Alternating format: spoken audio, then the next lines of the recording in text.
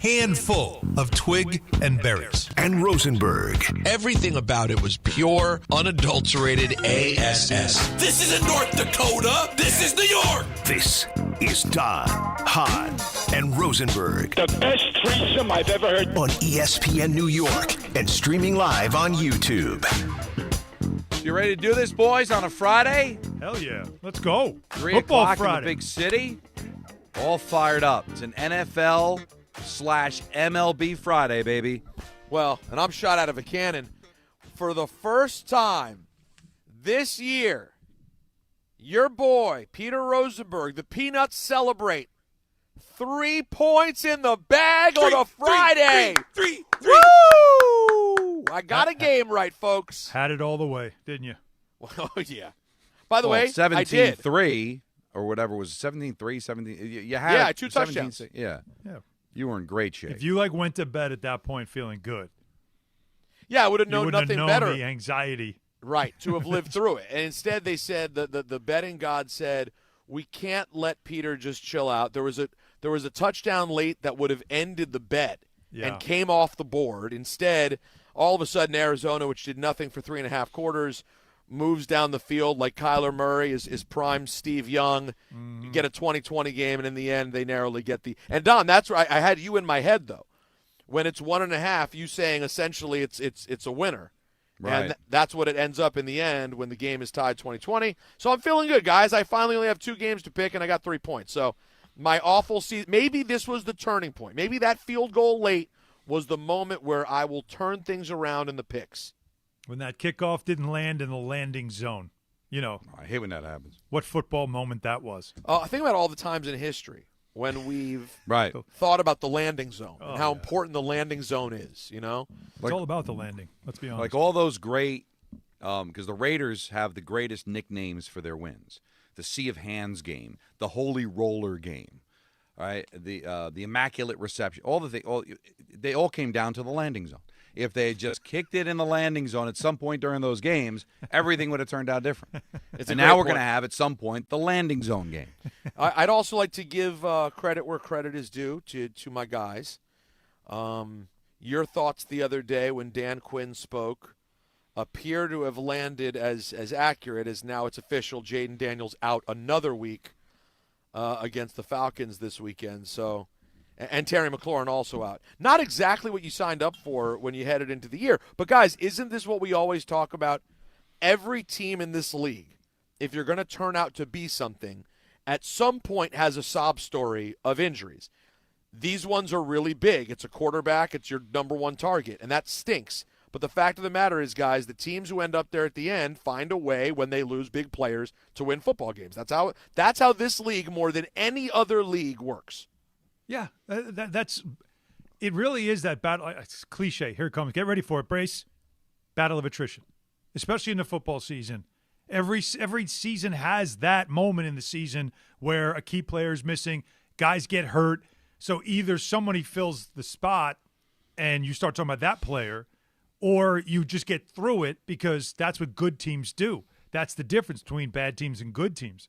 The good teams, everybody goes through some certain injuries. The good teams can endure them, and the bad teams that don't have depth can't, and the whole season goes to hell. Now, key injuries though, like Cincinnati, for instance, they lose Burrow. It's a wrap. Well, and Burrow's number is what, 10 weeks or something? Yeah, like he could come back late in the season, but the only way you bring him back is if you have a reason to keep playing, and you don't know if they will by that point. So that's what you have to see now, and you. Having a good, capable backup quarterback like Marcus Mariota that's smart GMing. That's what that is. It's having a guy that probably will never play, but if you have to break glass in case of emergency, you know you can rely on him.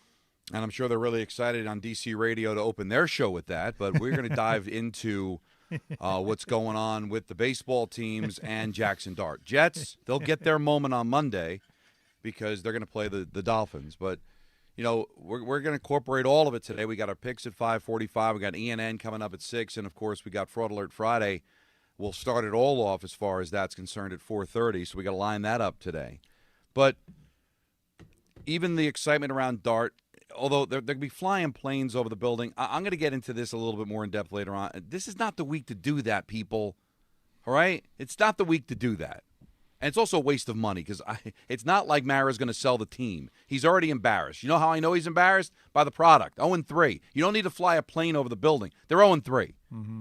All right? They're 1-15 in their last 16 games or whatever. Only the Jets have done that in the history of New York football to be that bad over that kind of a span. So he's embarrassed already. But we'll get to that. But it's such an interesting weekend of baseball. Yankees know they're in. Mets don't. I think both these teams are going to get in. I think the Yankees have an excellent chance to win the division, but they know they're in, and they've got their rotation set for whether it's the 3 wild card games or whether it's going to be for the start of the divisional round. Mets, they've got it right in front of them, right? Finally, a manager can say it, and it actually is true. It's all in front of us. Win the games against the Marlins, and you're in. And it doesn't matter what the Reds do. It doesn't matter what the Diamondbacks do. Just win your games, and then you're in. But, Alan, it's got to feel as frustrating and up and down as the Yankee season has been for you. Tell me at least it feels good. Not just the way they're playing right now, but you know you're in. Yeah, it would stink if you don't win the division because you're so close, but it can't hurt that much if they go in on this roll and it's a wild card. You know what I'm fighting? I'm fighting the lament. We were doing it before. All right, what's the game now that's going to cost them? What was the game? It's amazing that we do that, but that's what we do. Right now, all I'm thinking about is a July 23rd, Max Fried on the mound.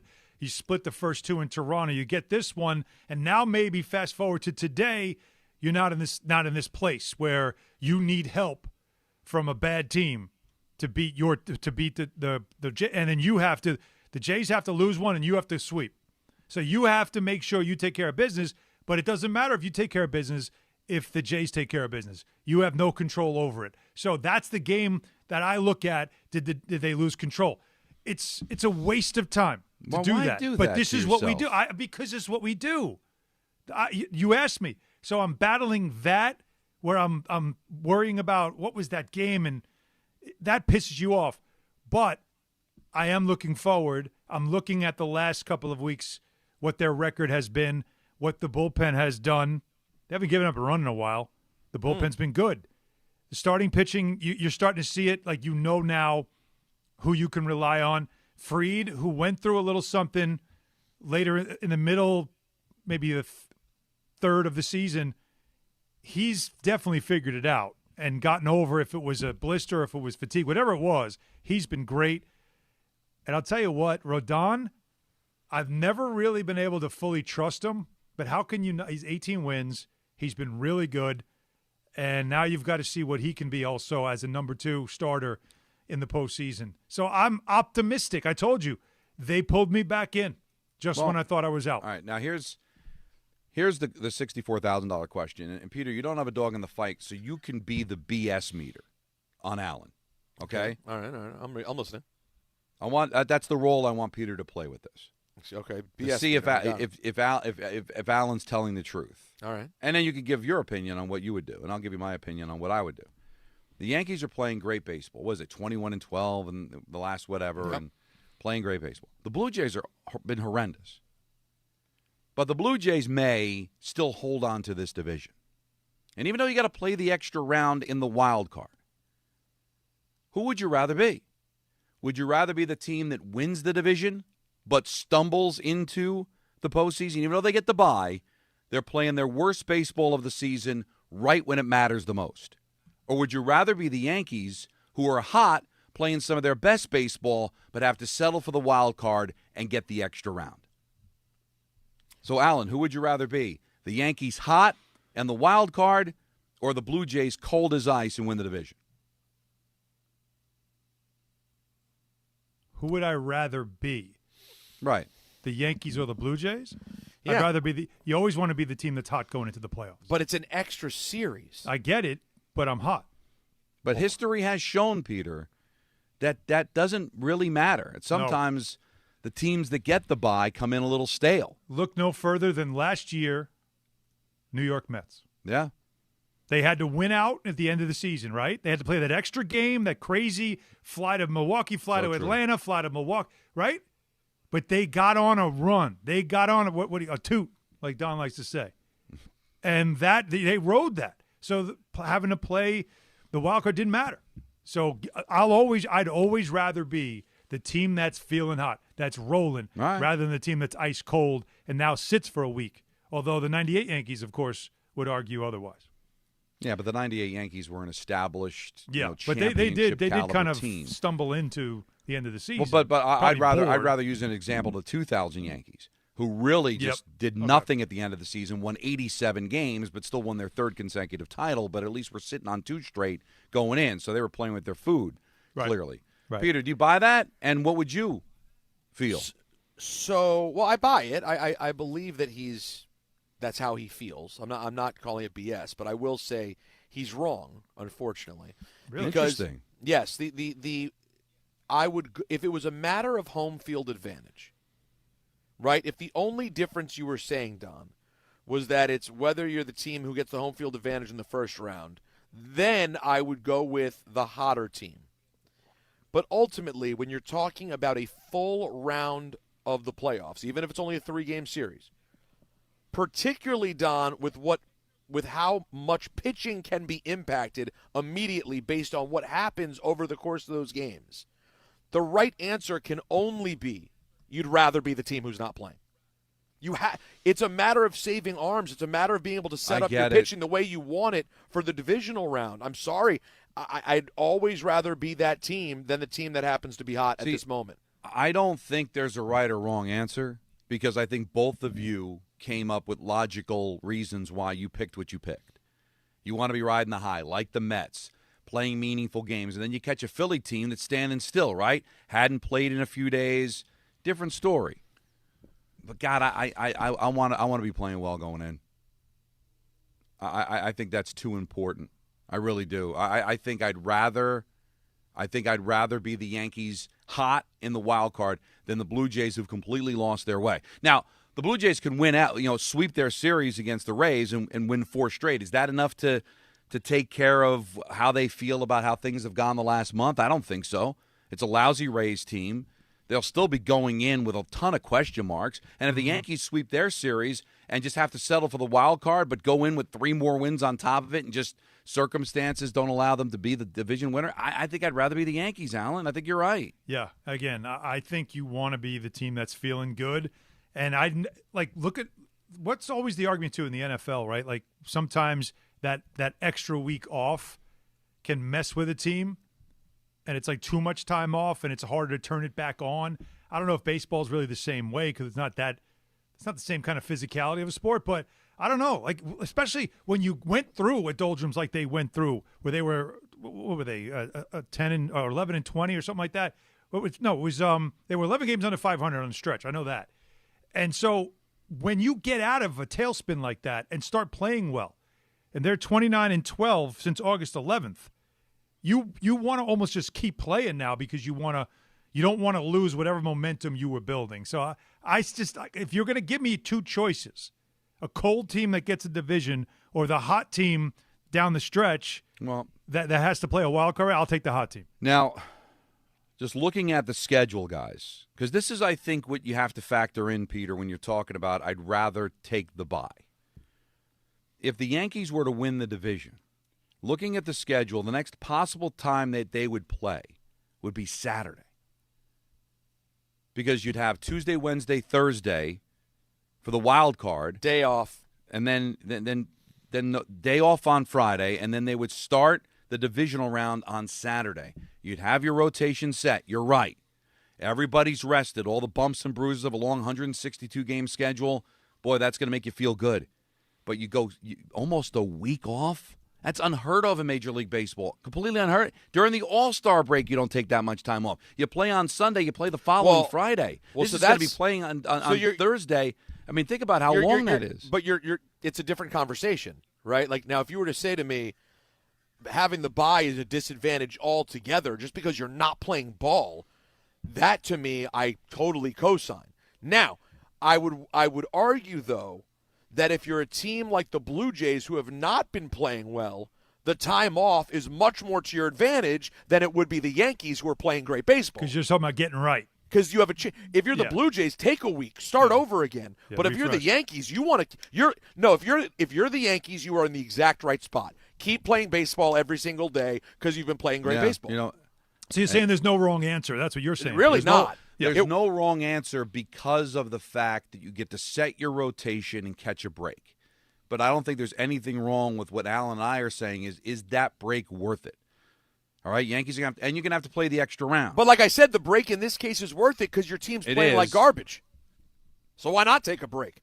Right, 5 days might help. But the Yankees not getting the break, and if they take care of business against the Red Sox, who everybody assumes they're going to play, they're going to come in to their next series just with their hair on fire. Now, correct me if I'm wrong, I'm trying to figure out, the bracket would work like this. Toronto would play the winner of Cleveland and Detroit? No. Yankees, Red Sox. You would be Yankees, Red Sox? Correct. That's what MLB has. Yankees, Red Sox would be the wild card right now. Oh, I see why. Okay, expecting Cleveland to win because they have the division winner. I'm looking at it just from the 6 teams rather than the way the bracket should break down. So you'd end up seeing that cold Toronto team that sat for a week if you beat the Red Sox. Wouldn't that be something? Then really test your theory, right? Yeah. That would really test your theory because now it's the team that was cold going in that sat for a week versus the team that's red hot that got through the wild card round, and do they stay hot? And talk about payback, too, because Toronto owned you. And they let you hear about it, too, by the way. So, I'll tell you what, the way that sets up, Donnie, I almost might, as a Yankees fan, that would be, how satisfying would that be? Dispatch the Red Sox and then take on Toronto, which had a lot to say to you all season.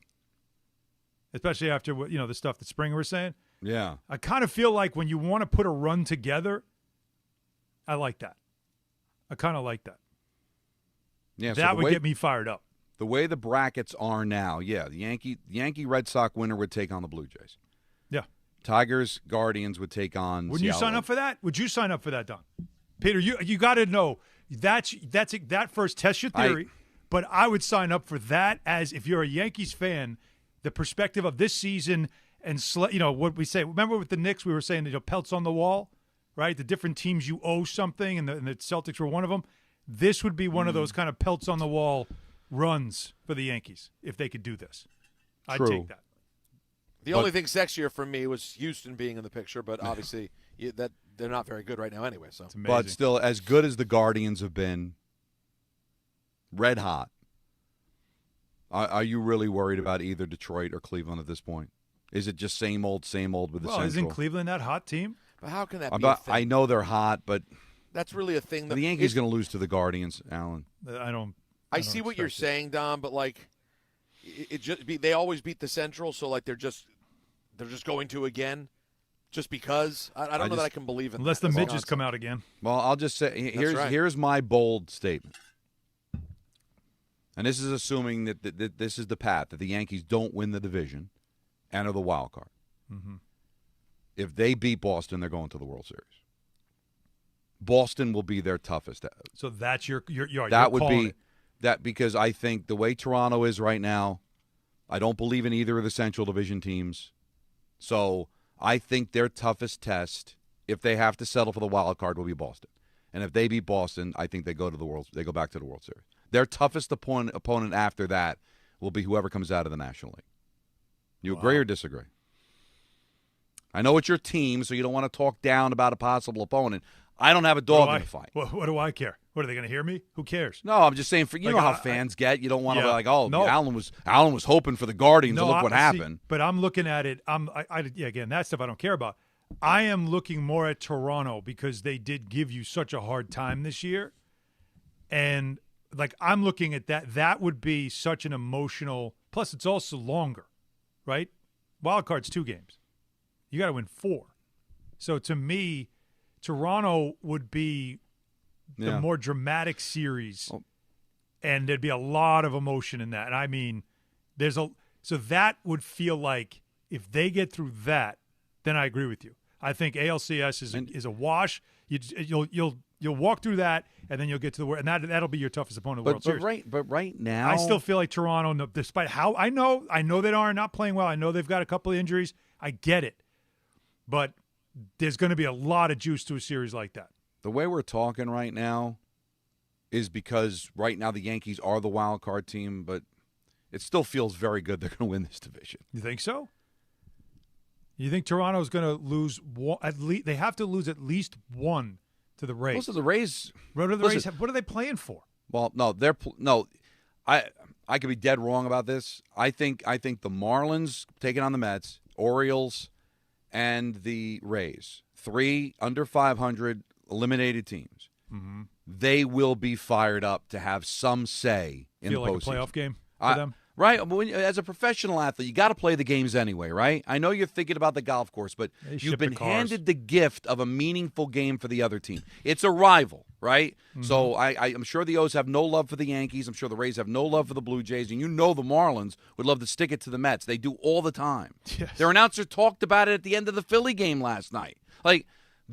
Why wouldn't you be pumped up? If you're playing Pittsburgh, you rest. You don't play. You're thinking about the golf course. You just want to go home. But you've been handed the gift of meaningful games in what has been a lost season.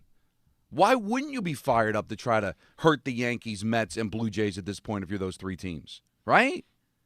Wouldn't you? You played. I mean, wouldn't you be fired up for that? Well, think about it. The Orioles aren't sitting guys. Like they're not going to rest guys or they don't want to get injured. And Alcantara's going for the Marlins tonight. He hasn't had a great year, but he's there. Yeah. As a manager, as an organization, as a fan of those teams. Well, in a meaningless year, wouldn't you just get pumped up to at least have a say?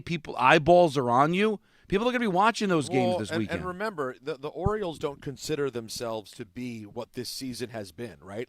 If you're the Orioles, you imagine you're going to be back next year. I don't think this isn't the Orioles of one of those. Well, consider after the manager move that they fired the manager, they have actually played about 500 ball. Right, they've been decent. I imagine they believe this year was an anomaly and they're going to be back. So why would you not want to play with pride? There's no chance the Orioles lay down against the Yankees this weekend. Although we're going to get calls later, though, of course, because we know that there's some of our callers who believe certain pitchers want to throw meatballs and just grease it to people to give up home runs. I don't think you'll see a lot of that this weekend. I'll tell you what, we had ourselves a day yesterday with the calls, right? We had a day, but everybody remembers the last crazy call of the day was from Tony Ann, who wanted to invite me to her wedding, right? Yes. I got messages after the fact, one from her husband, or husband-to-be, I guess, fiance, who said he was with the baby while he heard the call, and he said that he was in tears laughing, at the whole thing. But then another guy who's in media, who knows the family, also said that it was just they really are genuine. This isn't some lunatic that, everybody that was telling me if you go to this thing, you might not ever come back. He was vouching for the family. No, they're great people. They will not kill you. You will survive. You might have a good time. I never thought of Texas Chainsaw Massacre. No, you had to see some people that were tweeting me "You'll never come back. Don't go. You'll never come back." I thought it sounded like something that could be a lot of fun. Unfortunately, it's not going to work out. Cali has hockey, but it's not in that area. So, aw, yeah. Well, send a gift. I probably will once I get the invitation. That's a good idea. We should all send a gift. They seem like nice people. They actually, I can say they definitely seem like really nice people. Well, we're nice people because we're going to be talking sports until 6:30. Then it's Mets Marlins here on ESPN. So let's get them on board. 1-800-919-3776. Fraud Alert Friday at 4:30. We've got our picks at 5:45. ENN at 6. It's a big day on Don, Hahn, and Rosenberg on ESPN New York. There are lots of reasons why people buy at Ramsey Mazda. It's their selection, it's their customer service, and it's their savings. Lease a new 25 Mazda CX-30 for $199 for 33 months. Start shopping now at RamseyMazda.com. Choose wisely. Choose Ramsey Mazda. Call 833-853-2970 for details. VIN SM843629. MSRP $26,865. Zero security deposit. Ends 9/30/25. That's the ease at which you get information. You want it, you get it. Like that. Ask your phone, group chat, smartphone.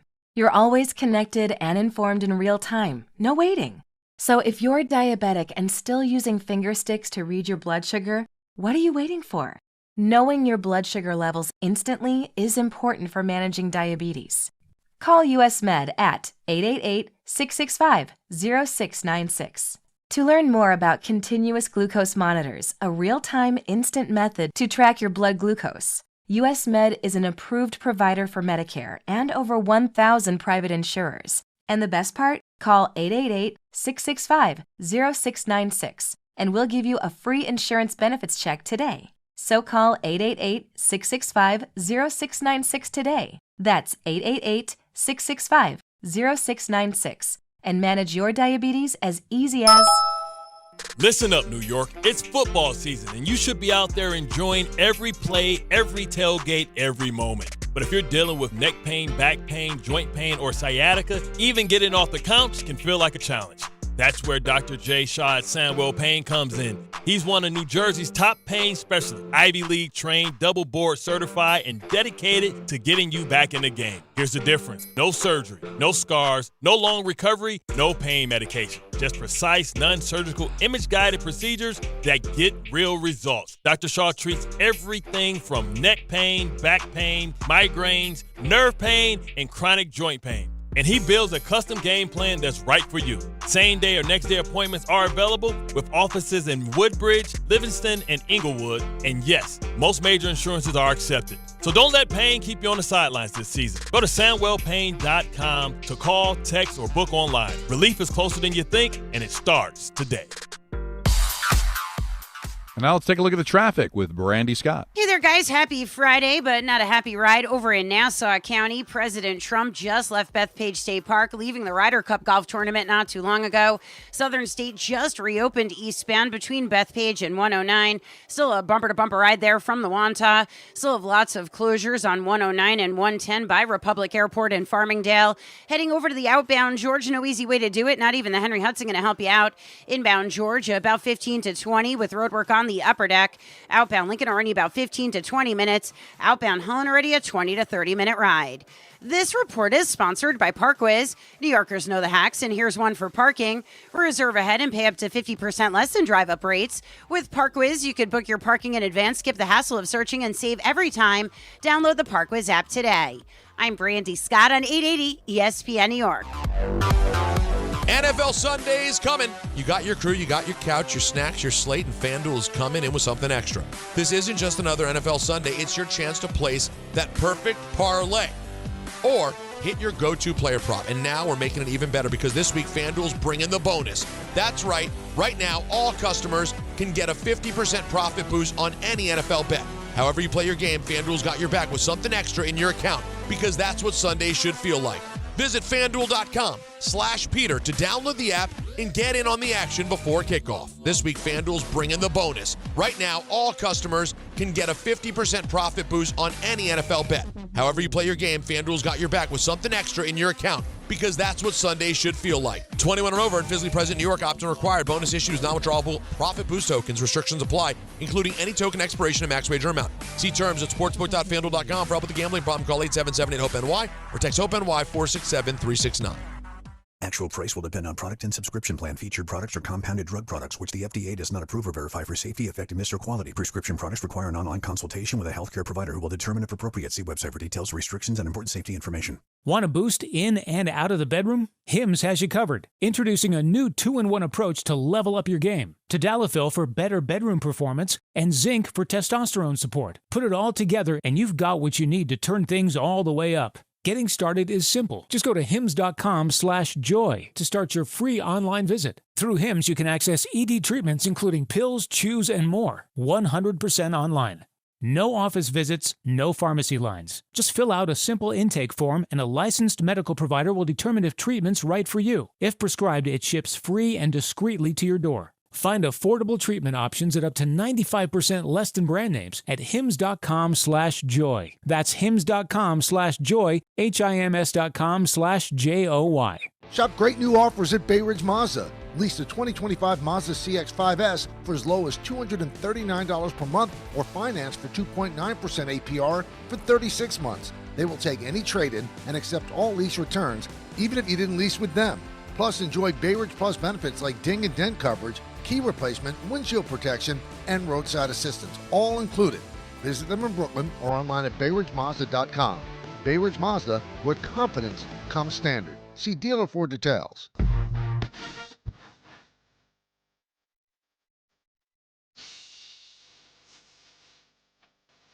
Welcome back to Don, Hahn, and Rosenberg with you until 6:30. Then it's Mets and Marlins. Yankees also going to be playing tonight, so we got lots going on. Football, we'll get to the football. We've got Fraud Alert Friday coming up at 4:30. We're looking forward to that. And we also have, guys, ENN at 6 and our picks at 5:45, which we don't have very many picks to make. I've already locked in my 3 and my 2-point play. My Packers and Jets. Packers 3-point play. Yep. Jets 2-point play. Locked Peter's in. 3-point play is already Done. In. Wow. Cash. So really, it's going to be the Allen show. When is it ever that? Like you already called one of mine, which you got wrong. So I'll reveal them. But why? But Peter, you're noticing Don is speaking like ominously today. He's putting in these pregnant pauses, as if it's like leaving you on the edge of your seat, like the Mets and the Marlins pause. Like he's leaving you hang for a second. You never know what's next. Something about his Or am I just delivery trying today. to punch up teams? It could be either one. Like the delivery, man, is like Or is he I'm like, where's he going with this? Or is he just trying to make technology work at the I'm same just trying in to a make world That's where the because I'm Mets telling you, I'm having the Marlins. I'm having camera problems, and now I finally got because whatever happens, I tried the iPad as the camera, and now I'm using the phone. The phone's the better, but the volume, I couldn't turn the volume all the way down, man. I don't know what it is about these phones. You got to put headphones on it. The only way to do it is to have your iPad or phone connected to headphones and then just turn the volume down. Yeah.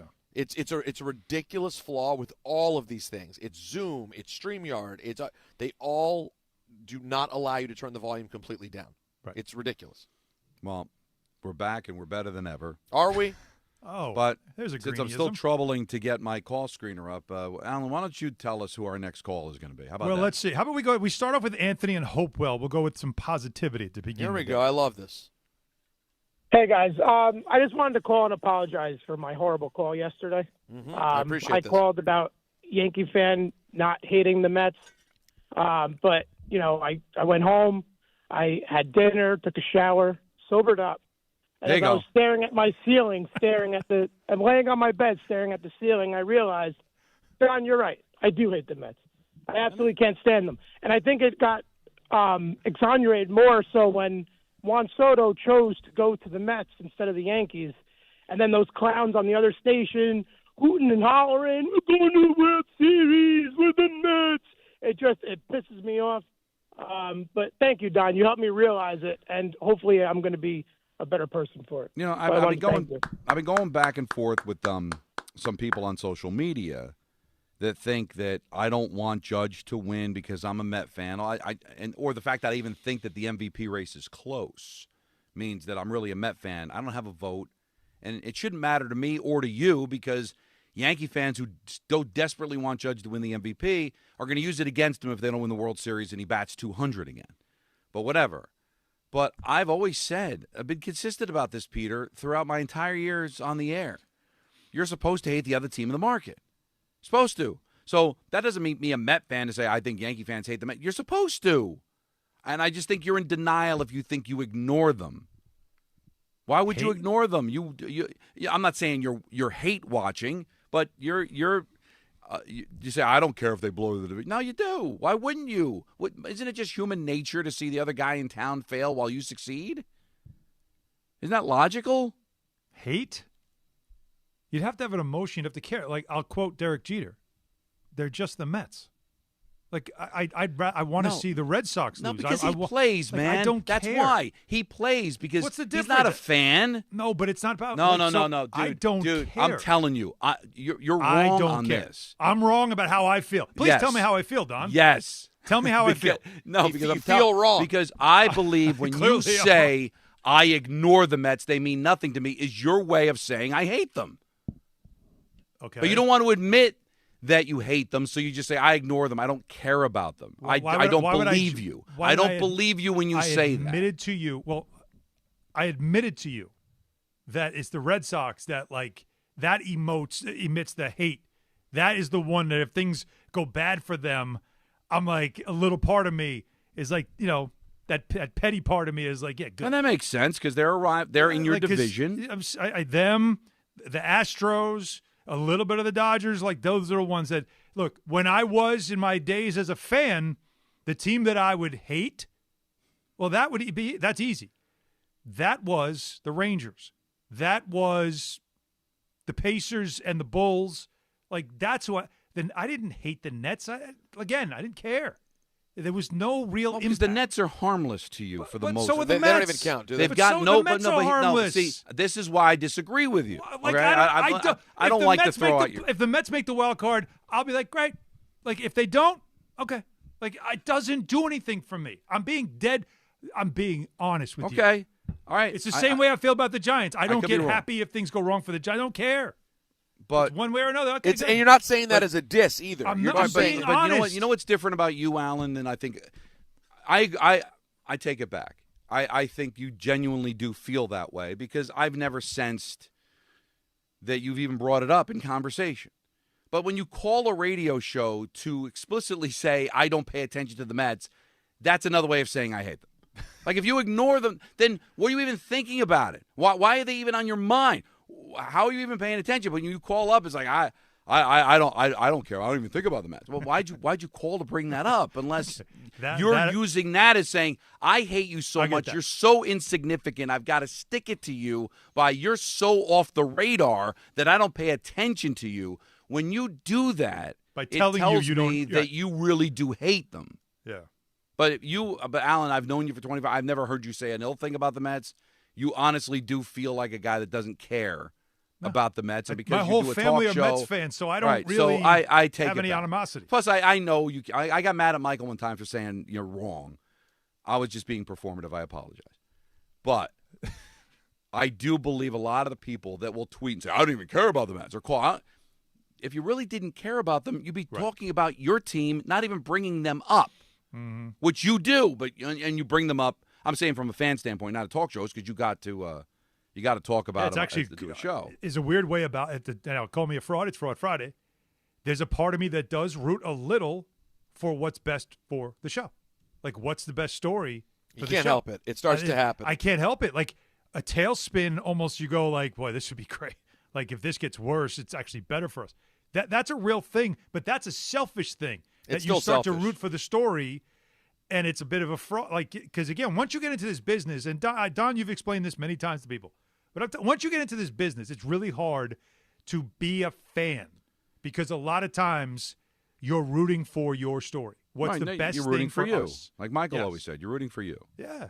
You root for extra playoff series because that's extra money. It's a real and listen, thing. the way this football season feels like it's going to go, we've got a ways to go before we're going to be able to talk any real basketball. Yeah, I can understand where you'd want to see the other team do well. But I think a lot of the people say the Mets don't matter to me. I think that's just a way of disrespecting them because you hate them. And why can't you just admit that? Yeah, which is that part's weird, but and I should say hate them. Hate people, the people true hatred though is like a team that has been such a thorn in your side. Again, or dominates you. The Miami Heat, like there's just teams that.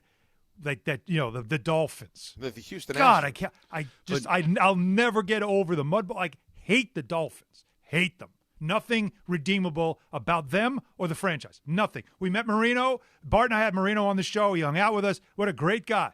But inside, I'm just like steaming. Like, just all that stuff. Like, you just nice guy, but no. If he said to me, I want to be best friends with you, let's go play golf, I'd be like, no, I'm all set. Isn't it funny? Isn't it funny the things that last like a really long time? Listen, Monday Night Football, those games. No, I sit here. I got to tell you guys, and by the way, obviously I understand you're not alone, Alan. Like, to me, it's crazy because I can't even remember the Jets being good enough to have a rival. But I understand for normal. It was the 80s. I understand for the 80s Jets fan. Of course, it's Miami. I totally get it. Yeah. It's funny for me though, which teams I can have a hatred for and which ones I don't. I am watching, and we haven't even given this enough time. Honestly, I could do an hour on it every day. The downfall and the embarrassment of Bill Belichick is one of the craziest things we have ever seen. Every weekend a photo comes out with his girlfriend in high heels standing on the field while this old decrepit yo-yo who could have gone off into the sunset as the greatest who ever did it looks like a foolish bum in front of everyone. I mean, it is so embarrassing. Like, how do you tell the whole world I've never really gotten any in my entire life like this, except I'm going to throw away my legacy at North Carolina? It is so horrible. And guys, I have no team rivalry, and yet because of the way the 16-0 Patriots, the 18-1 Patriots beat my team 52-7 and kept Brady in, I will never let go of it. I want Belichick. I want it to keep happening week after week after week. It's just so funny the way our sports hatred works. You never know the thing that happens. Yeah, what you are feeling is how I feel about Don Shula, and how everybody, like, I want to throw up my mouth every time people talk, what a legendary coach Don Shula. Like, give me I just get so fed up and so pissed off because of the mud ball.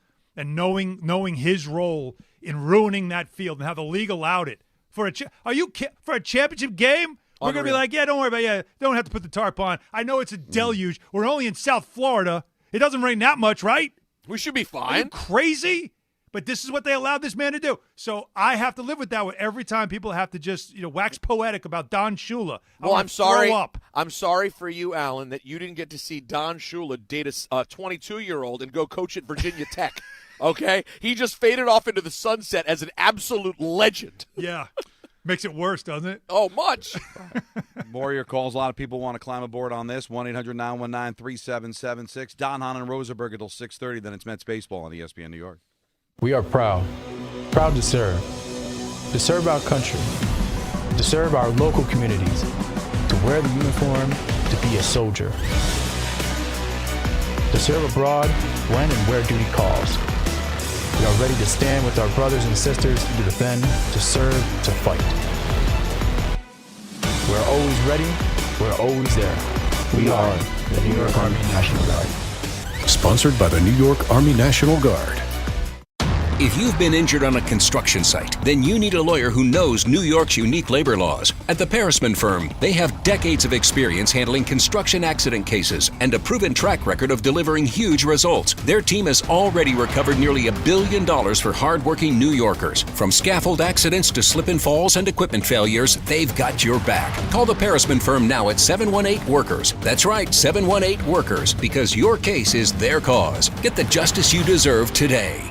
Schweppes, the iconic ginger ale of New York, is proud to sponsor the PGA of America. Schweppes has a deep lineup of ginger flavors, including raspberry, white peach, dry grape, and also available in zero sugar. With every sip of Schweppes, the dedication to quality, excellence, and the art of tastefulness will leave you feeling simply refreshed. It's a hole-in-one for all your drinking occasions. Schweppes, a sparkling tradition since 1783, and the perfect way to elevate your summer. Swing by your local ShopRite and grab some Schweppes. At Garden City Mazda, discover more about what moves you. Our fall kickoff savings start now. Don't miss out. Our inventory of new and Mazda certified pre-owned vehicles is unmatched in New York. Embrace every unexpected turn with the new 2025 Mazda lineup. Refined performance. Spacious interiors to fit your life. Elevate your driving experience. Garden City Mazda.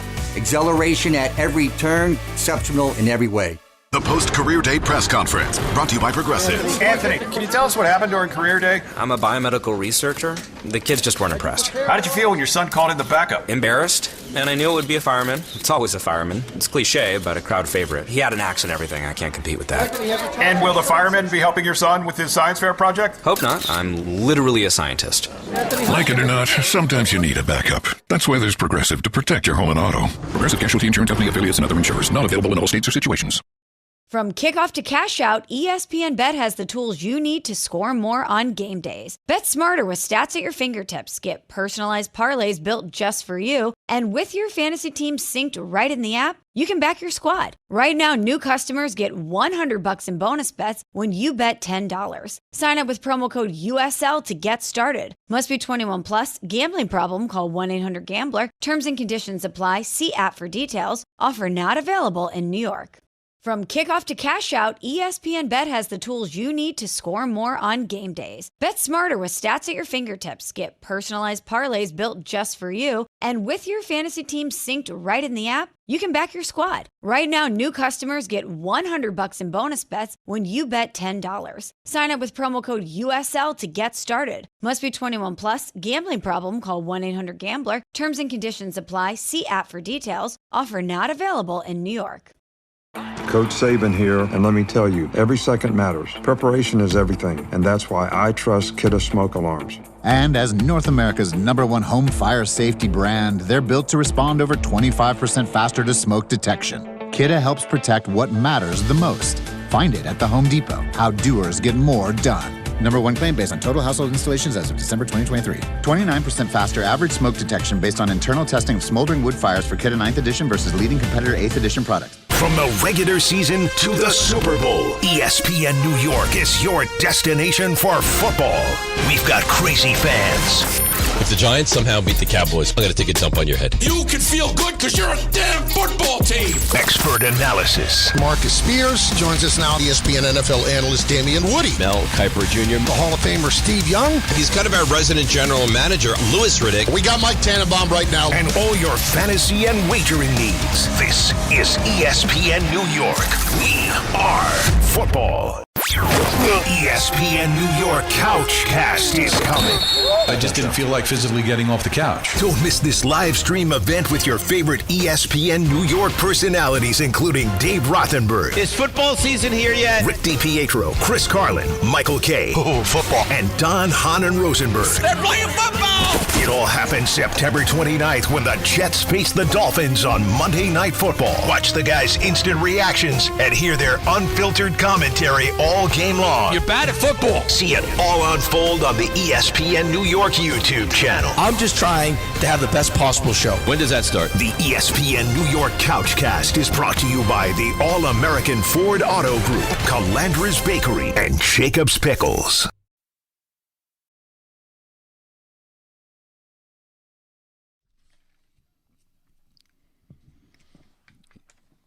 ESPN New York is now streaming on YouTube. Catch all of your favorite shows, DiPietro and Rothenberg, Bart and Carlin, The Michael Kay Show, and Don Hahn and Rosenberg with live video every weekday. Watch, chat, and join the conversation only on YouTube. Subscribe to ESPN New York on YouTube today and never miss a moment. Don Hahn and Rosenberg with you. Take your calls at 1-800-919-3776. Talking a little Mets, talking a little Yankees, talking a little hatred, which is always fun. Why not get into that? Sports hatred. Is. You know what, Don? We got a good tweet here to read about this topic. Manny said, I don't hate the Mets. I hate Mets fans. Well, it's the same thing. He said the reason is one or two wins strung together, and they stick out their weak chess pieces like they own New York City. Well, see, that's what I'm talking about. Yes. You know, we're not talking about hating the – sometimes you do hate the individual players or a coach or something. That's different, of course. But honestly – like, I hated the Dallas Cowboys growing up, but was there anything to hate about Tom Landry and Roger Staubach and Tony Dorsett? They seem like really good guys. Now, the other iteration of America's team, they were very hateable. Michael Irvin, Emmitt Smith, Jimmy Johnson, they were very hateable. But you just hated the Cowboys. You hated the team. You hated their fans. So that's what we're talking about. If you're somebody that hey, I think the Mets are pretty likable. I don't think there's any bad guy. Maybe you hate Soto because he chose to go to the Mets. But if you hate the fans and they're barking and they're chirping after they got Soto, or if they go farther than the Yankees, it coming down to whether it's hate or not, Alan, you're rooting against the Mets for a reason. Whether it's hatred for the fans, for the team, for whatever. You want to stick it to the fans, right? You are rooting against them. You want to see them crash and burn. So we can get into the semantics of hating players or why. Fact is, I don't buy Yankee fans not rooting against the Mets. It just makes sense. You'd want to stick it to Soto, of course, right? Wouldn't you want the whole baseball landscape to yourself? Mm-hmm. Do you want every time we talk baseball, we also got to talk about the Mets, and it just takes some of the shine away? Like, wouldn't human nature be, I want the Yankees to own the town. I don't want to talk about anything else about my team. So whatever the reason, guys, can we at least just give it the phrase that if you're a Yankee fan, in all likelihood, unless you're Allen, the majority of people are rooting against the Mets, and vice versa. But I do think, again, we've been over this year after year. I think you'd be disappointed and surprised with how many people don't care. Right, and if they don't care, I think the majority of those people, I'd have to question how diehard a fan you are. If you could very easily pivot in a year like this, say the Yankees lose in the wild card and the Mets make a run, I got to question your Yankee fandom if you're now rooting for Juan Soto and the Mets. Well, that's different. Whoa. Turning and rooting for them is different than not caring. That's a completely different conversation that we're having. Peter, I am trying to scrunch down as best I can, by the way. Well, because you're just absurdly tall. I don't know how much. Is that better? You're getting there. Does that look better? It's not good for You're posture. right, basically there now. If Allen was in college, right, and they had a sit-in, like if they were protesting the teachers at the university and they had a sit-in, they'd have to keep saying, please, Allen, sit. Yeah. No, I'm sitting. Yeah. Will you stop standing, sir? No, you did pretty this good is a now. sit-in. We now look pretty. Now we basically look like we're all on the same level. Took us a while. Okay. Don was about 40 feet away. You guys now are he's so close great. enough. You're By the low way, enough. It's all We're in working business. out now. You're Here we so go. great at making me All feel like a freak, so I really appreciate it. No, listen. There's no bigger freak that I know. Let's go to Al in the Bronx. I've been called worse. You're on Don La Rosenberg. What's up, buddy? Happy Friday, gentlemen. What's up? All right, so Don. There are no true rivalries in New York sports except for the hockey teams. You have to cost somebody something in order to hate them. As a Yankee fan for 42 years, what the heck would I hate the Mets for? The only time that the Mets ever took anything from me was Juan Soto, and by the time he got those numbers on that contract, I didn't want him either. So when they played in the World Series in 2000, that's you're old enough because to now remember you can that, take right? something. 42 years I've been a Yankee fan, but that's different because you can take something from me. But as for 42 years, the Mets, when 86, I was like 12 or 13 years old.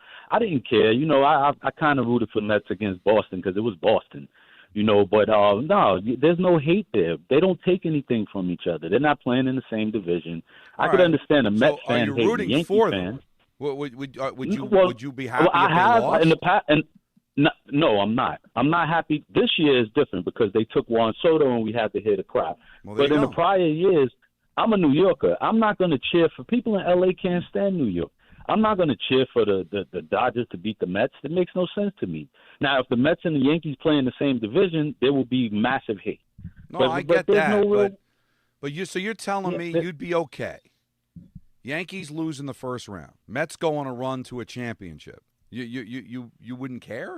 It wouldn't bother you? No. You know why I wouldn't? Well, you now just said it would the fans. because they have Juan Soto. Wait a minute, this year is different. This year, I'll agree. This year is different. Okay, well, but the honest truth is, but the honest truth is, I wouldn't. I'd like. Well, why would I care? I'm a Yankee fan. I could understand Mets fans hating Yankee fans, but I've experienced 7 championships in my lifetime.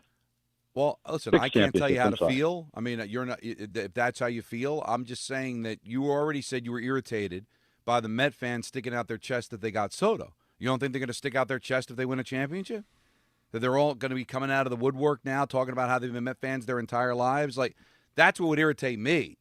Like, if I were a Yankee fan and all of a sudden I've got to deal with Met fans getting strong because the team's all of a sudden good, and I would be like, I don't want that. Do you realize how many times that me, you, and Michael have had this conversation? And you and Michael, depending where the conversation goes, often, Alan, you've probably heard it before too, will get like very animated and almost angry that the people don't feel. And you'd say, but they're going to rub it in your face. And you sort of push your childhood scenario onto them. But we live in an era now where, Don, there's so many different people who root for it. It's just not. It's not the same. Just not. It may not be the same, and maybe I am coming from a place growing up in North Jersey, having nothing but Yankee fans around me. That maybe you live in the Bronx and you don't know any Met fans, so it's not a big deal. But I just think, and I'm not, do whatever you want to do. I'm going to get off that whole you have to. I just won't do it. I think it's fraudulent behavior if you root for both teams or whatever. But I just think a lot of times, maybe not Al's case, certainly not Allen's case, that when they say they don't care about the Mets, I think they actually do. And the same goes for Met fans. I don't care about the. I think you do. Don, I think you're in denial. See, I'm going to start trouble. Please, we should probably take calls because this is a half-hour podcast. Me and you doing this because I think you're revealing a lot about how you feel, and you are almost projecting it on everybody else like you're supposed to feel like that.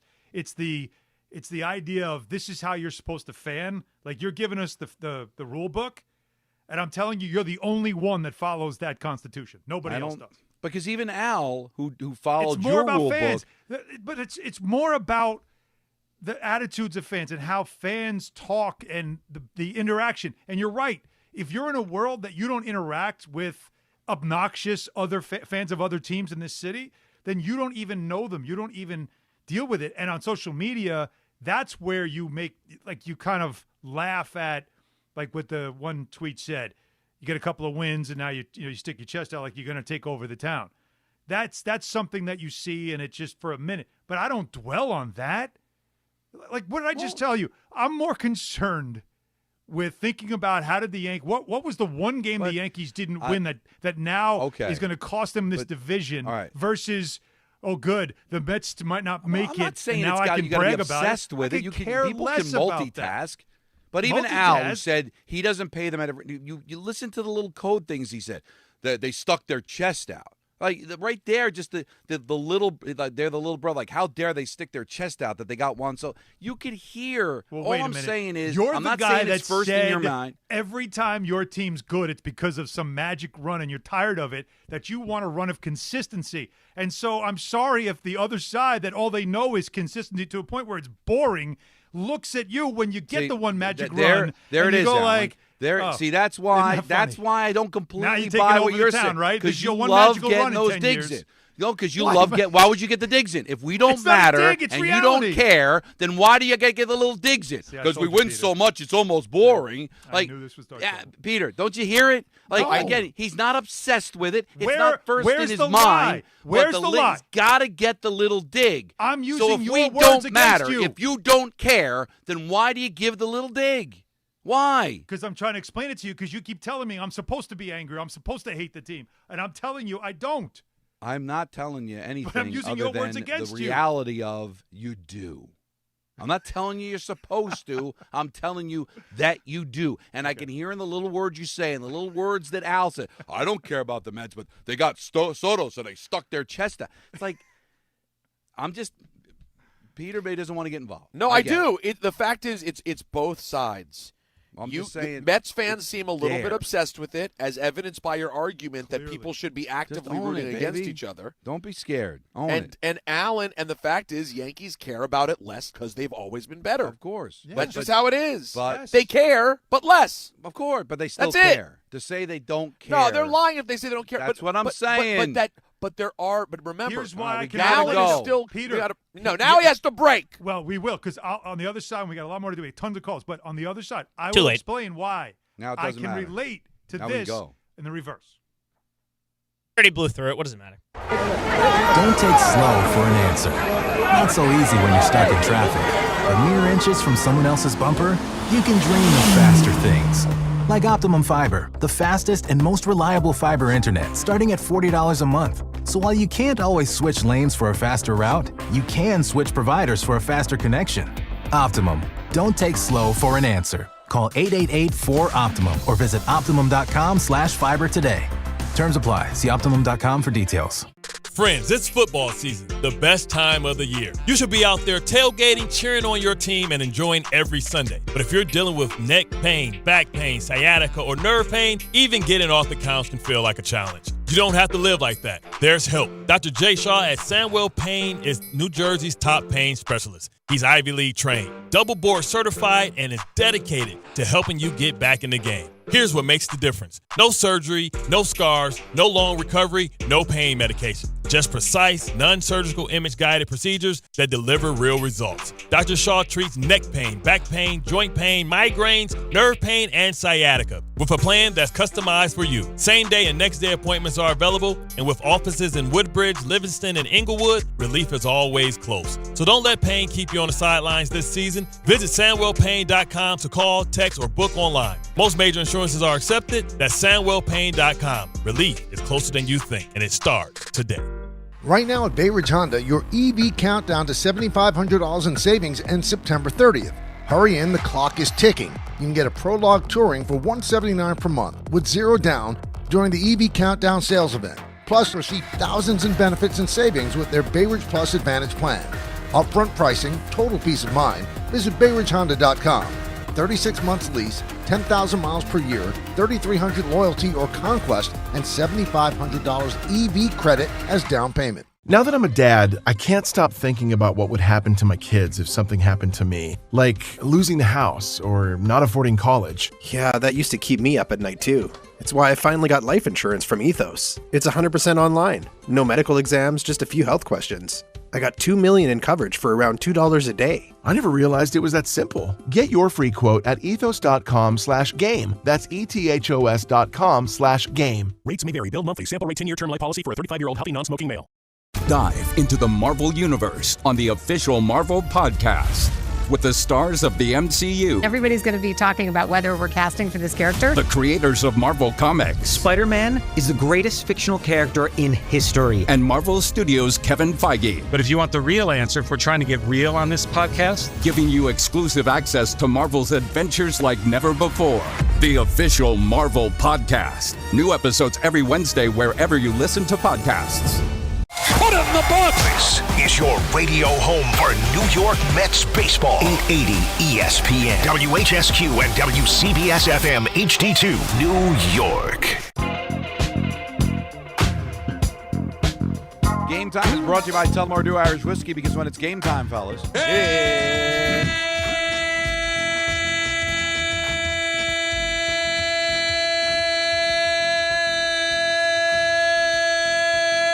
I like when he holds it. Mets start their final series of the regular season in Miami with the Marlins. That coverage immediately follows us on 880 at 6:30.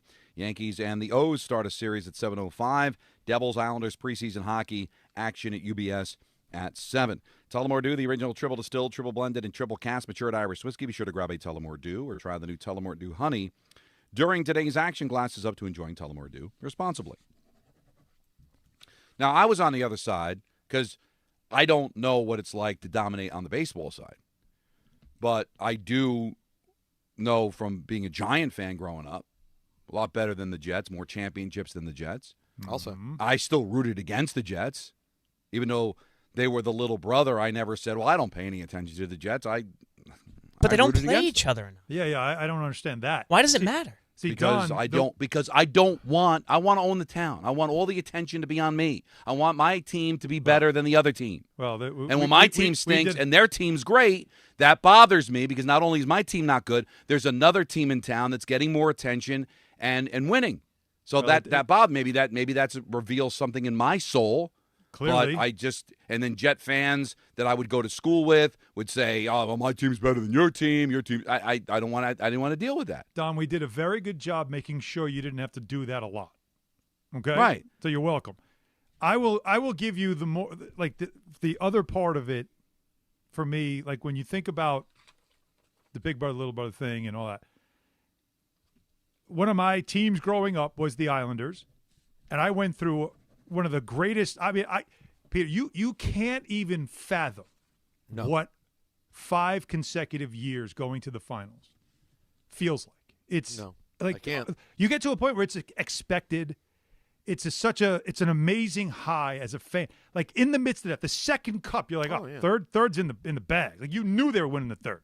The fourth even was like, yeah, they're probably getting it. It's an insane thing that you went through. That you lived through. Unbelievable. And in a wheelhouse for me, the age to be a fan, I was from 9 years old to 12 years. Like Couldn't it was be better. just an incredible run.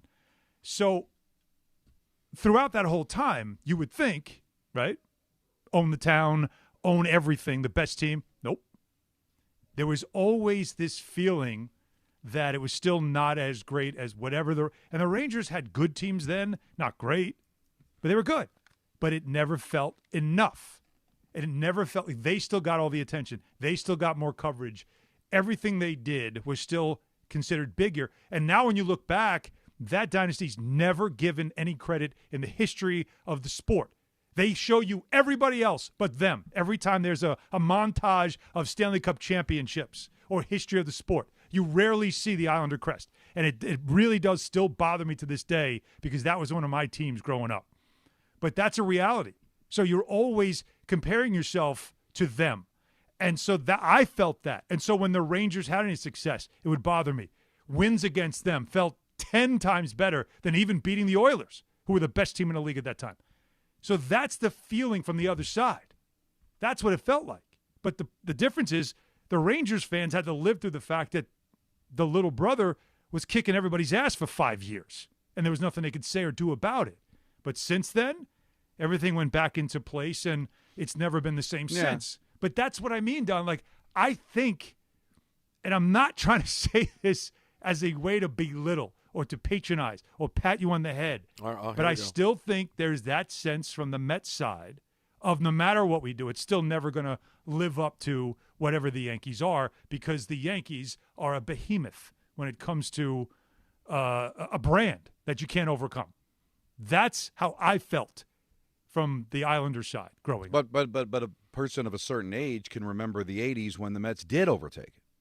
For a minute. And did outdraw the Yankees. And were the more important team. Right. That obviously anybody under 40 can't even conceive that, and I'm not even saying it's going to happen again. But there was a time. That's why I think of the other teams in the market, the one that's closest to the big boy. I think the Mets are closer to the Yankees than I think anybody else. Jets to the Giants, and then everybody else. It's blatantly obvious. You mean fan base split? Just from a fan base split. Completely agree. So, and it's still a fair distance between the two, but there was never a moment where it was reversed the way it was in the mid '80s, where it did. And those Yankee teams were pretty good. Well, the town tipped in the early '70s because that's when the Yankees really fell off, right? Yeah, and the Mets were going to the World one in '69. And it was a different culture at the time, and the Mets were more that counterculture kind of team. And also the Mets had a head start because they also had two fan bases become one in the Dodgers and the Giants. National League fans. So that gave them a bit of a head start as opposed to all the other expansion teams or merger teams that came after that. All right, busy phones. Let's go to Anthony in the Bronx. You're on ESPN. What's up, Anthony? What's up, fellas? Listen, I agree with Alan. As a Yankee fan, even when we lost, and I said this to you before, Don, you can't tell fans how to feel because you feel one way. That doesn't mean the fans. And I told you this before. Being a guy that was used 7 championships, and when we lost Soto, I wasn't mad because I said life moves on, and we did move on. And we got a good young team now. We got 3 or 4 young pitchers that's pitching well.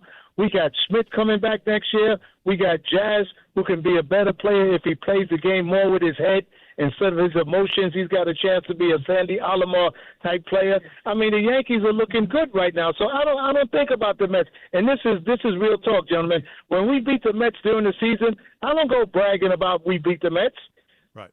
I'm upset when the Mets beat us because the Mets fans start bragging.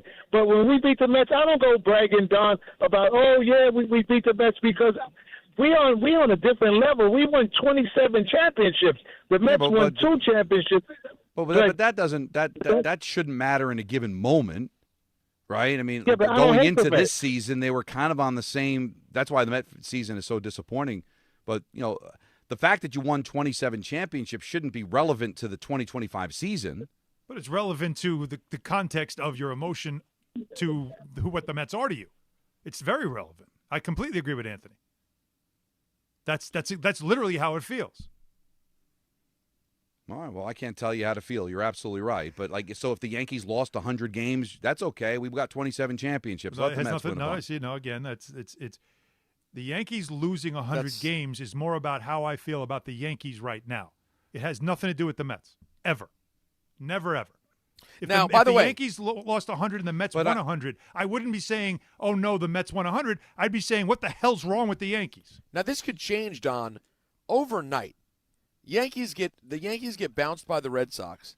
The Mets go on a miracle run and win the World Series. I think there's a lot of potential for this to change a lot. Right, well, I think but it right changed now, with Soto. Because I think even the people that are saying, I never cared, they'll still say, well, but when Soto went to the Mets and the Met fans started chirping, I think that was the beginning of it. That could be, but now something has to happen. Yeah, and I'm not saying, of course, you should be more concerned about what's going on with the Yankees than worried about the Mets. But at the same time, I think you could also be like, boy, it probably would help me feel a little bit better if the Mets didn't win the World Series. Let them suffer as much as we did.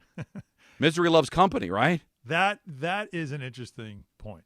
Is if it got to that, where would I be in a World Series? Yeah, that I don't know, because the last time I had to think about that was 2015. Yeah, and and that's And I what's don't so even remember how I disappointing about the felt Mets season is that we kind of, however you felt about, listen, if you're going to just throw the 27 championships, then you're going to win every argument, because there's no way that anybody's going to be able to catch up to that. All right, but you want to live in the now too, right? Like, so because you won 27 championships, then you'll never be disappointed in anything because you got the 27 championships to fall back on. Bull, you just said if they don't win this year, you're going to be red hot. You're going to be ticked off. It's been a while since they've won. So, I just going into this season, it felt like they were on an even plane. That it could have turned. It was into even, yeah. Because I believe you could say, well, the Yankees went to the World Series and the Mets went to the League Championship Series. You can make a very serious case the Mets were better than the Yankees last year. They were in a better league. They both lost to the same team. And then they get one of the best players on the Yankees on their team, and now we're sitting here not even clicked the playoff berth yet, and the Yankees might win the division. So I'm red hot about that. So they're not on the even. But they're going in. Forget about 27 championships to 2. Forget about all the Hall of Famers. Going into the season, they were even. Are they even now? No. And I don't think the Mets are going to go on any kind of a run, but I guess it's still fluid, right?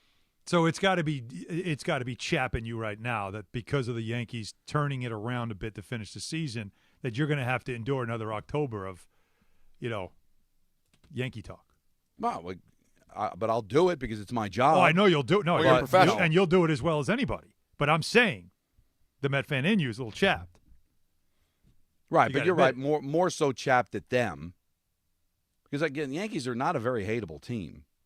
I think just ask their fans. Great. Oh no, but the fans. I think the fans hate them more and than that's anybody else irritating too, because you just talked about the hate consistency that the Yankees have had over everybody in the market. Yeah. But their fans probably complain more than any other fans. Yeah, so eight playoff that's what bothers me in the last 9 years, and no other New York teams had more than 5. Because it just drives me, like I said earlier in the show, it just drives me crazy that all these Yankee fans are chapped that I'm even saying that Raleigh's got a chance to win the MVP, and they're all and they think it's that Judge should win it, and those same fans are going to use that against Judge if he bats 200 and they don't win the World Series. So are they rooting for him to win the MVP so they've got more ammunition against him if he doesn't win the championship? No. It's crazy. But it makes the whole thing fun, that's for sure. Oh, yeah. Let's go to Big Jim in Booton. You're on ESPN New York. What's up, Jim? Hey, Don. That's Big Jim Slade. Slade. That was from Kentucky Fried Movie. That was from linebacker, Kansas City Chiefs. Big Jim Slade. I'm actually I want to defend some of the Yankee fans about the MVP thing. I don't care if he wins or not, because I want him to win the ALCS MVP. I want him to win the World Series MVP. If he doesn't do those things, I mean, when you look at the end of his career, if he gets 2 MVPs instead of 4, we all know he's the best player. And like our man Fife once said, I never let a statue tell me how nice I am. There you go. So, I think Raleigh's going to win it this year. And you know what? 60 home runs, switch hitting catcher, taking care of that staff, which everybody has said they're a little scared of. Give it to him. That's great. I mean, I didn't complain when Jordan didn't win. I didn't complain when Shaq didn't win. Nobody was raising a heck last year when Lamar had better stats than he's ever had, and he lost to Josh Allen. It's just sometimes it's not your turn. That was the argument that I got into with Jeff Passan yesterday, is that nobody can argue who the better player is. Mm-hmm. Judge the better player. But sometimes there's a season that comes along that's just so out of the blue, that's so crazy, that's never been done before. A catcher hitting 60 home runs. That I don't think you can get that mad if he wins it. But Don, I don't think there's a wrong answer to who's the AL there's MVP. a lot of people that do, because they'll show the WAR, and he leads in 10 different categories over Raleigh. I get all that. It's not but egregious, though. Like, it wouldn't I don't be think egregious. it is.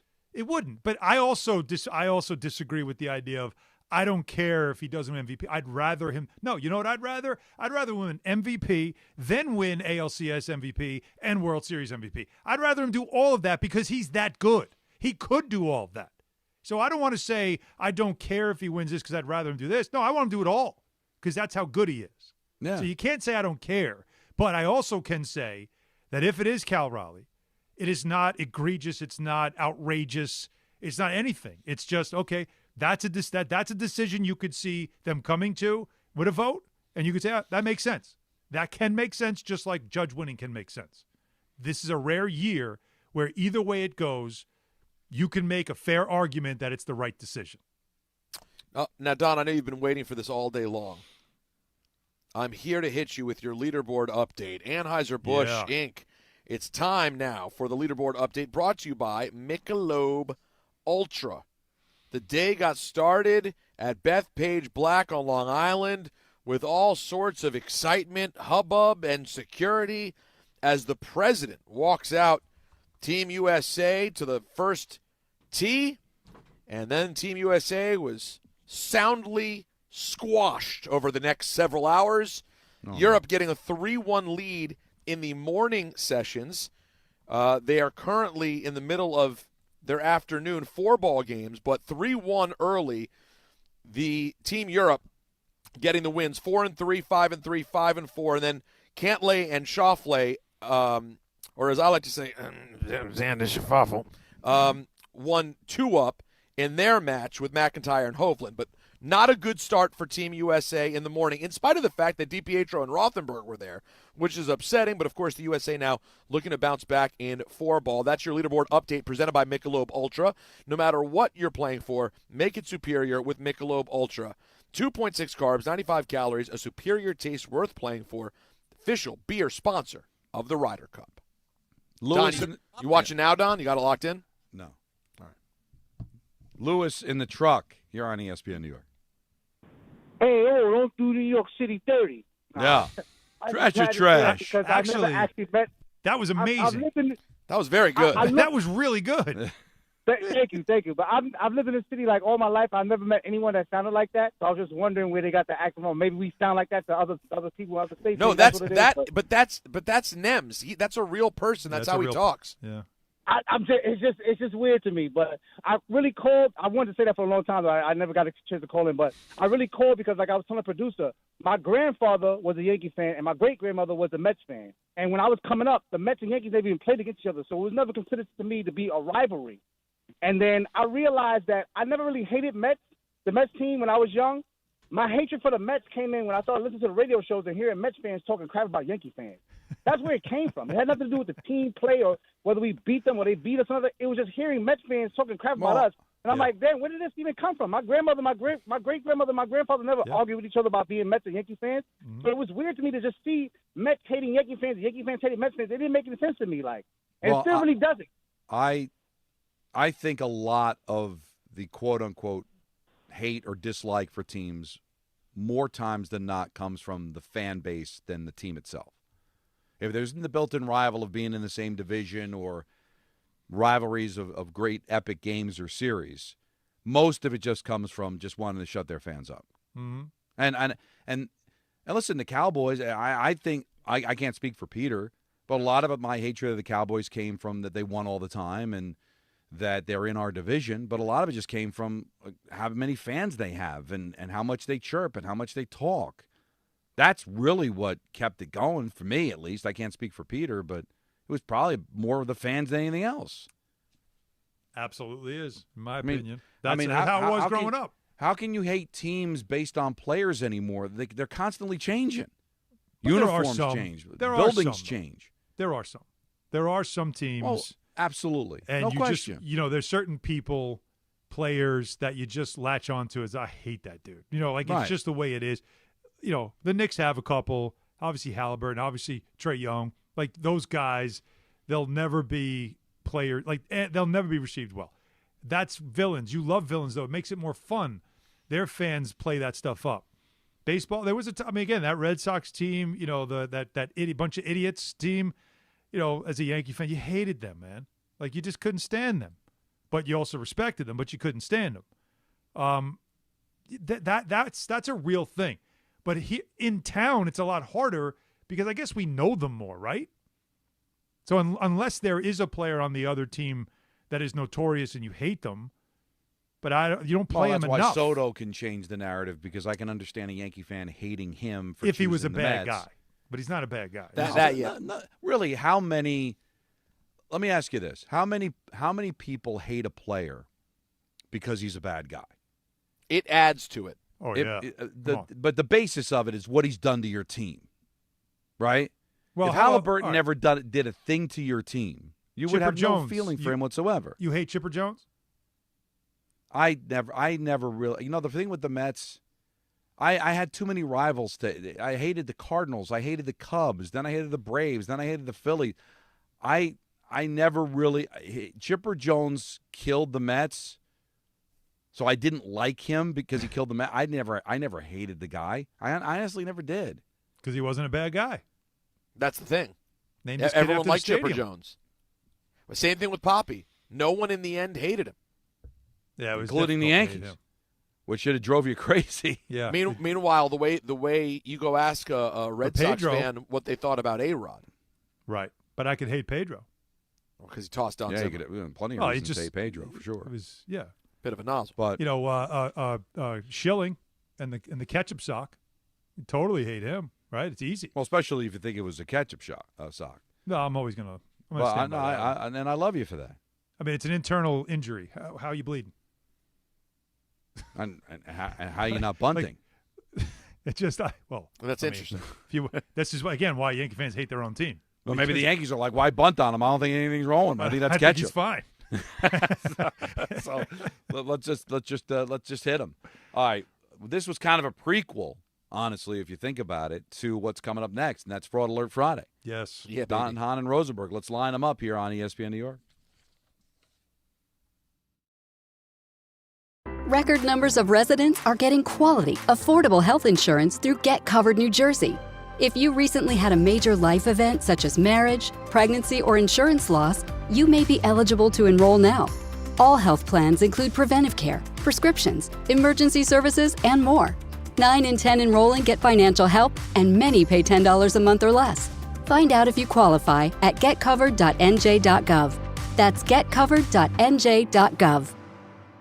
There's a lot of reasons why people buy at Ramsey Mazda. It's their selection, it's their customer service, and it's their savings. Get 1.9% financing on a new Mazda 2025 CX-50 or lease for $249 for 33 months. Start shopping now at RamseyMazda.com. Choose wisely, choose Ramsey Mazda. Call 833-853-2970 for lease details. VIN SN 354688. MSRP $32,945. Zero security deposit. APR $17.48 per 1,000 finance. Ends 9/30/25.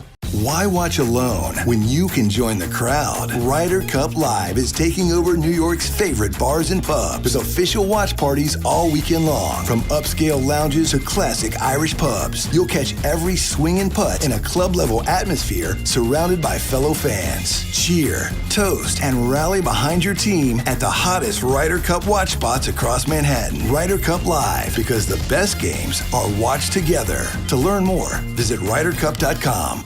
Hi, former New York Giant Leonard Marshall here. Please join me at the Alzheimer's Foundation of America Family Fun Day on September 27th. Bring your family to AFA's Barbara Rabinowitz Education and Resource Center in Amityville for a fun-filled day of intergenerational activities in celebration of Grandparents Appreciation Month. Learn more and register at AFA September 27th Family Fun Day by visiting www.afalongisland.org or calling 631-223-4000. Things today can seem kind of unpredictable. Who knows what's around the corner, right? Well, at Total Wireless, we want to give you something to be sure about. With us, you save 50% off Metro and Cricket when you switch with one line. Guaranteed. And you get to keep the phone and number you love. Visit our Total Wireless store today. 50% savings for unlimited plans versus comparable Total Wireless unlimited phone plans based on standard plan rates. Some customers may only receive the guaranteed savings after contacting us and validating the current plan rate. Excludes promotional, discounted, and bring your phone rates. For total 5G unlimited plan or higher, auto pay required. Applied on next renewal date. Additional terms apply. We are proud to serve our country, to serve our local communities, to wear the uniform, to be a soldier, to serve abroad when and where duty calls. We are ready to stand with our brothers and sisters to defend, to serve, to fight. We're always ready. We're always there. We are the New York Army National Guard. Sponsored by the New York Army National Guard. There's nothing the voice in our head obsesses over like our health. But with over 100 lab tests and insights, Function can help answer the questions like, why am I so tired all the time? How can I get better sleep? My friend was telling me about magnesium gummies she takes. How do I even know if my heart is work stress affected? It's time to up my cardio. If my mom has something, how will I find out? It's time to get some blood work done. A Function membership gives you a comprehensive health check with results tracked over time. Find out what you're made of at functionhealth.com.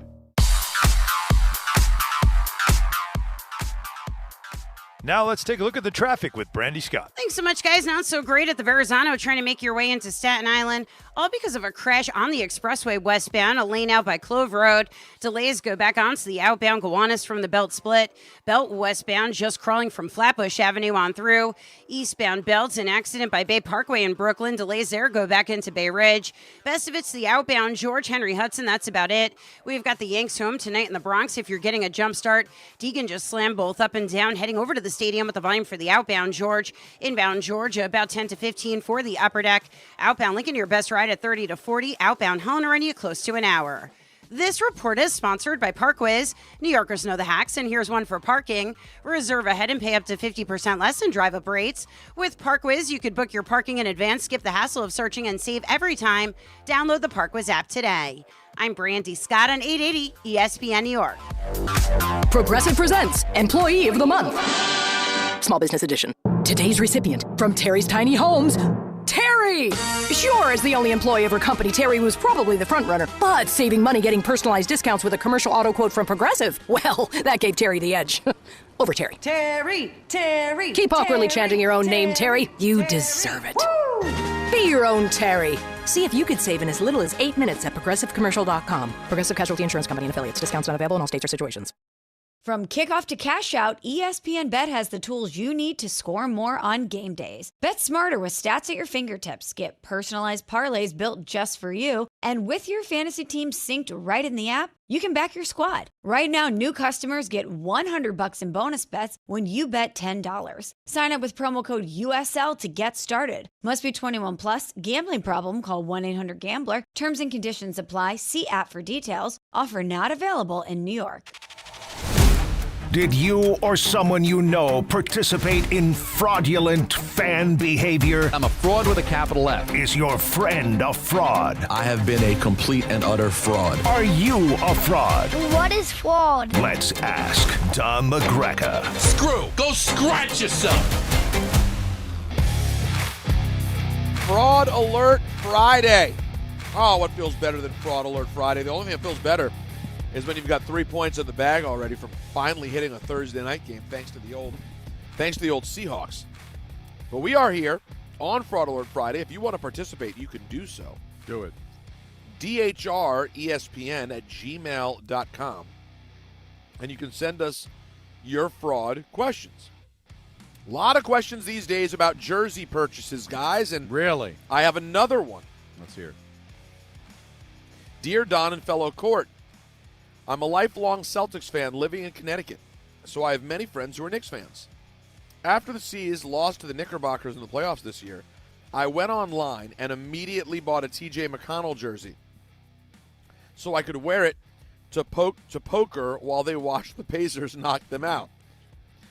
More than one accused me of fraudulent behavior from a Celtics fan, but I had to explain that the rivalry makes it justified. I look forward to your ruling. Donald McAndrew. Maybe a fake name, but it's okay. Yeah. I got to hear this. Yeah. No, there's no fraud there. I enjoyed what he did because it was with purpose and it was to troll. So it had really nothing to do with wearing the other team's jersey. He was trolling. And the Celtics-Pacers rivalry is dead.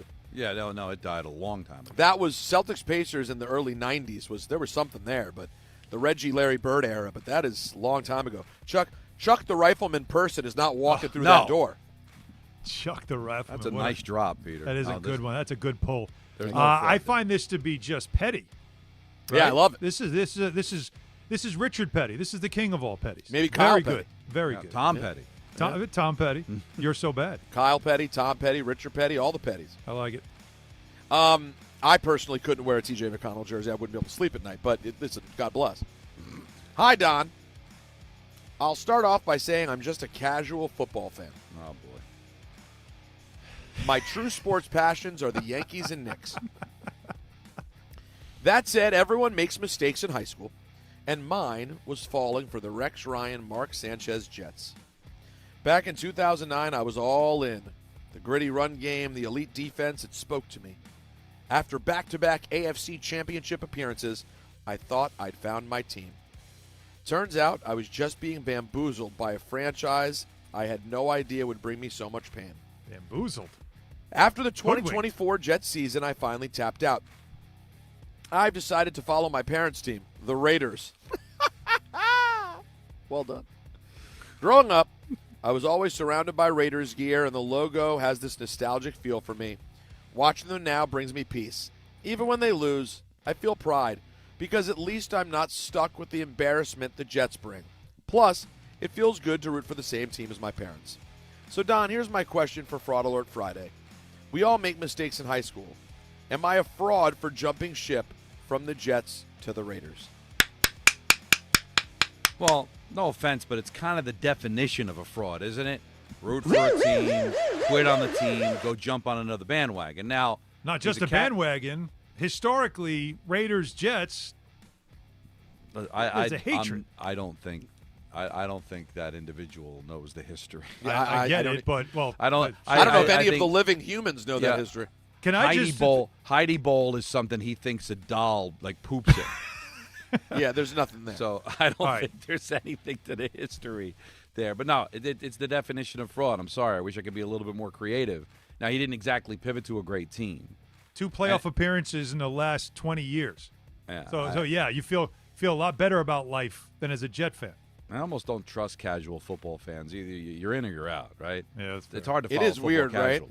Right? Yeah. But no, he's the definition of a fraud, and I'm embarrassed to even ask. I mean, have they been through more coaches than the Jets have been in the last 10 years? Well, that would have been the one. How are you more comfortable? The only thing that could have saved him not catching the fraud from Don is that he jumped to such a horrible, horrible team. Right. I was going to say, they've moved in the last 30 years more than some teams have changed coaches. Unreal. I mean, that would be the only thing. All right. So that's definition of fraud. Okay. Oh, this is interesting. Oh, no. No. Someone just sent us a cool template for when we have a guest. Anthony, go ahead and check that out in the DHR ESPN thing. Okay. All right, let me go to. Hey guys, been a Jets fan since I was old enough to enjoy football. At age 10, unfortunately, I haven't had many great memories as a fan. No. And haven't seen a playoff game. Mm-mm. So when the playoffs rolled around, I always turned to one player growing up to get my football joy. It was Aaron Rodgers. Never seen anyone play quarterback like him. Don and I have said the same. Yeah. And I love everything about him strictly on the field. I would root for him every time he wasn't playing the Jets or somehow playing a game where I needed him to lose to help the Jets. Example, to help our draft pick.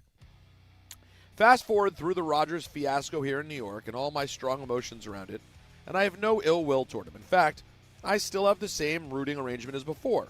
Once the Jets are officially eliminated, I intend to root for him to win one last Super Bowl to remind people how good he really is.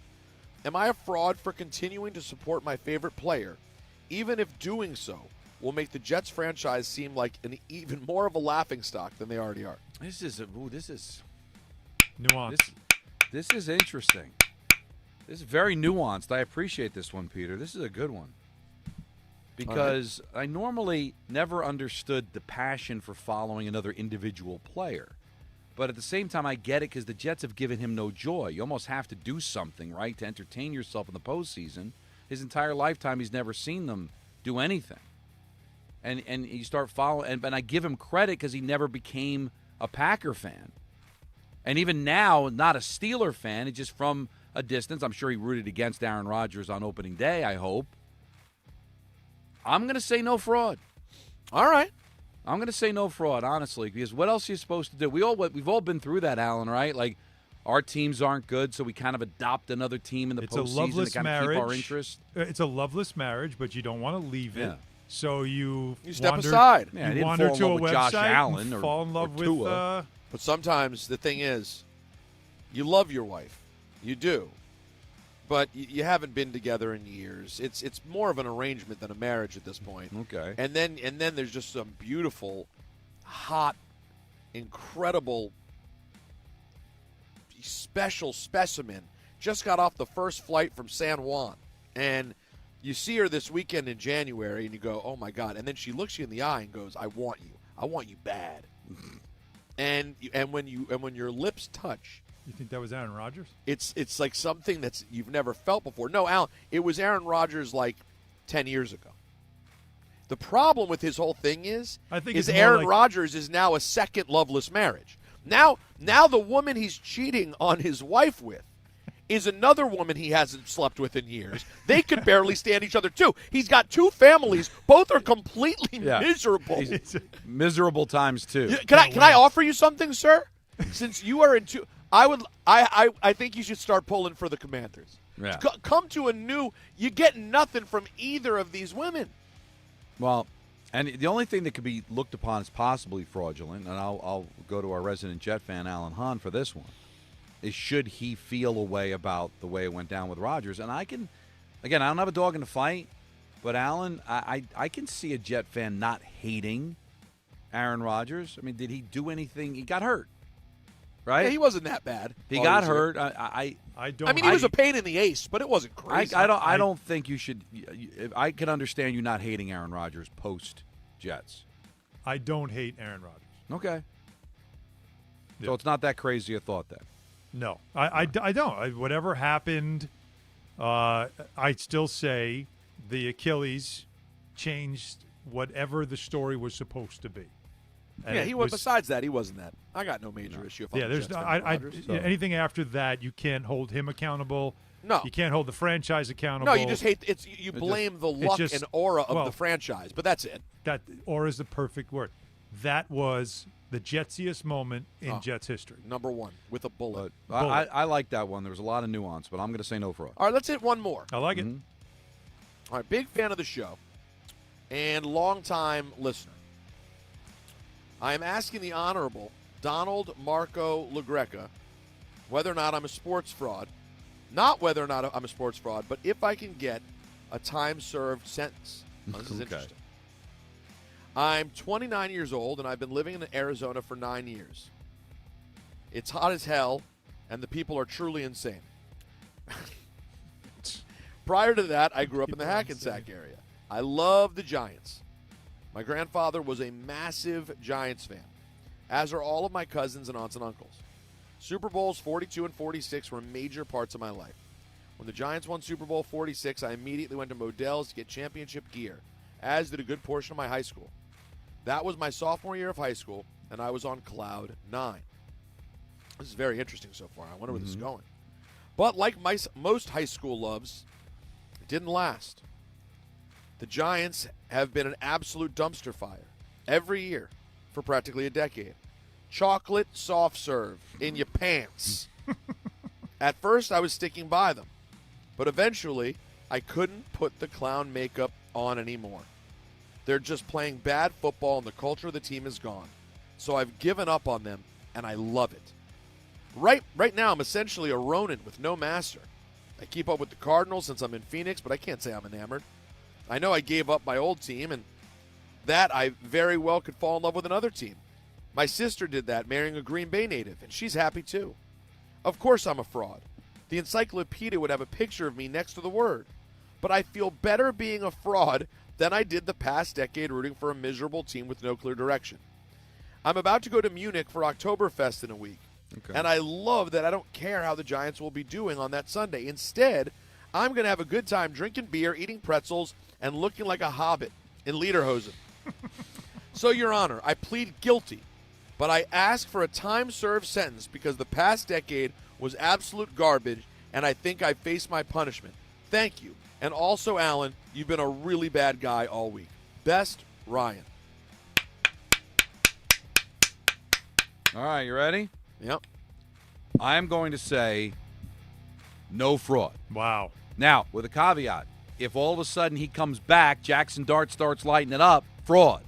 If he starts rooting for the Cardinals, fraud. If he picks up another team, fraud. But you got to allow an out, Alan.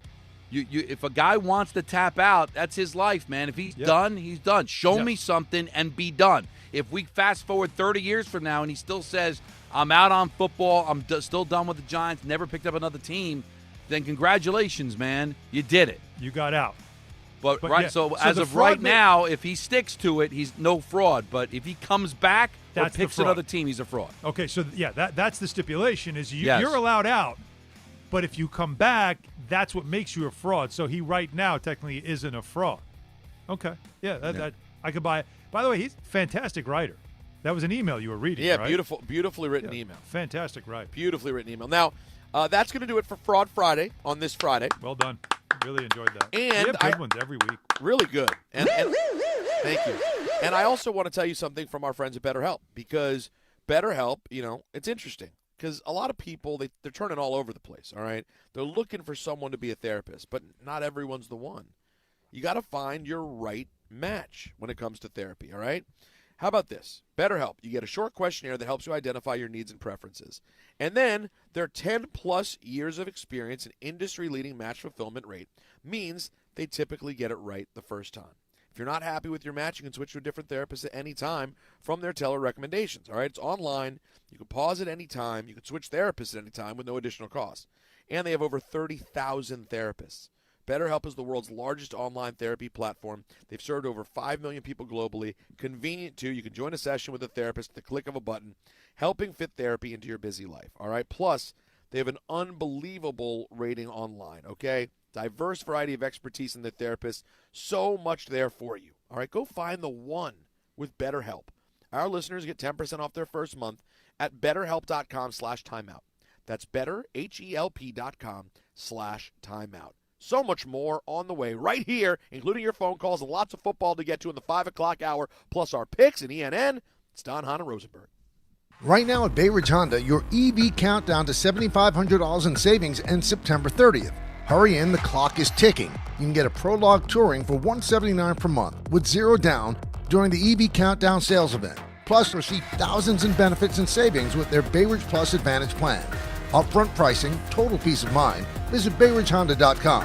36 months lease, 10,000 miles per year, 3,300 loyalty or conquest, and $7,500 EV credit as down payment. Hey Yankees fans, hit your next adventure out of the park and onto the water with City Cruises New York.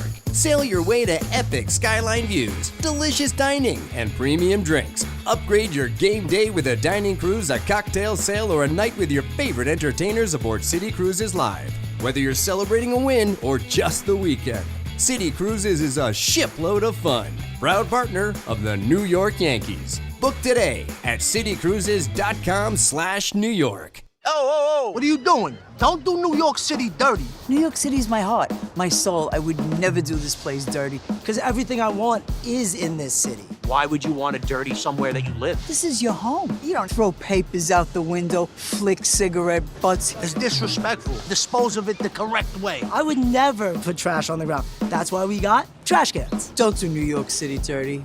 Trash your trash. A message from the Sanitation Foundation. One by one, we keep this city clean, man. Let's get it. Schweppes, the iconic ginger ale of New York, is proud to sponsor the PGA of America. Schweppes has a deep lineup of ginger flavors, including raspberry, white peach, dry grape, and also available in zero sugar. With every sip of Schweppes, the dedication to quality, excellence, and the art of tastefulness will leave you feeling simply refreshed. It's a hole-in-one for all your drinking occasions. Schweppes, a sparkling tradition since 1783, and the perfect way to elevate your summer. Swing by your local ShopRite and grab some Schweppes. This college football moment is brought to you by ServPro. College football teams have moments they recovered from and made it like it never even happened. Like on September 24, 2016, when Tulsa found themselves down 31-0 to Fresno State. With 10 minutes left in the second quarter, Tulsa fought back to tie the game at 41. And then won 48-41 in double overtime. ServPro, like it never even happened. Whether you're building a single roof or a successful roofing business, roofing contractors like you need the right tools for the job, and software is no exception. Service Titan is on a mission to be the most powerful software platform for the trades, with purpose-built technology proven to maximize revenue, streamline operations, and deliver 5-star customer experiences. We are taking roofing companies like yours to the next level and beyond. Service Titan, we are built for this. See what we can do for roofers at servicetitan.com. From kickoff to cash out, ESPN Bet has the tools you need to score more on game days. Bet smarter with stats at your fingertips. Get personalized parlays built just for you. And with your fantasy team synced right in the app, you can back your squad. Right now, new customers get $100 in bonus bets when you bet $10. Sign up with promo code USL to get started. Must be 21 plus. Gambling problem? Call 1-800-GAMBLER. Terms and conditions apply. See app for details. Offer not available in New York. Hey, it's Desmond Howard. You want to win the weekend? It all starts with the tailgate. And for me, that means Kingsford Charcoal. They've been bringing the flavor, the smoke, and the heat since 1920. No wonder they're still the gold standard of grilling. So fire it up, feed your crew, and let the smoke do the talking. Kingsford, the king of the tailgate. Get it today at the Home Depot. How doers get more done. The ESPN New York Couchcast is coming, and things are heating up. We genuinely really get along with each other. I don't even think Peter watches sports. You could make the argument that Rick doesn't get enough credit for being a low-key fraud. Carlin's going to be at this Couchcast, too, so we got to make sure we have a lot of cannolis. The ESPN New York Couchcast is Monday night, September 29th. See it all unfold on the ESPN New York YouTube channel. Brought to you by the All-American Ford Auto Group, Calandra's Bakery, and Jacob's Pickles.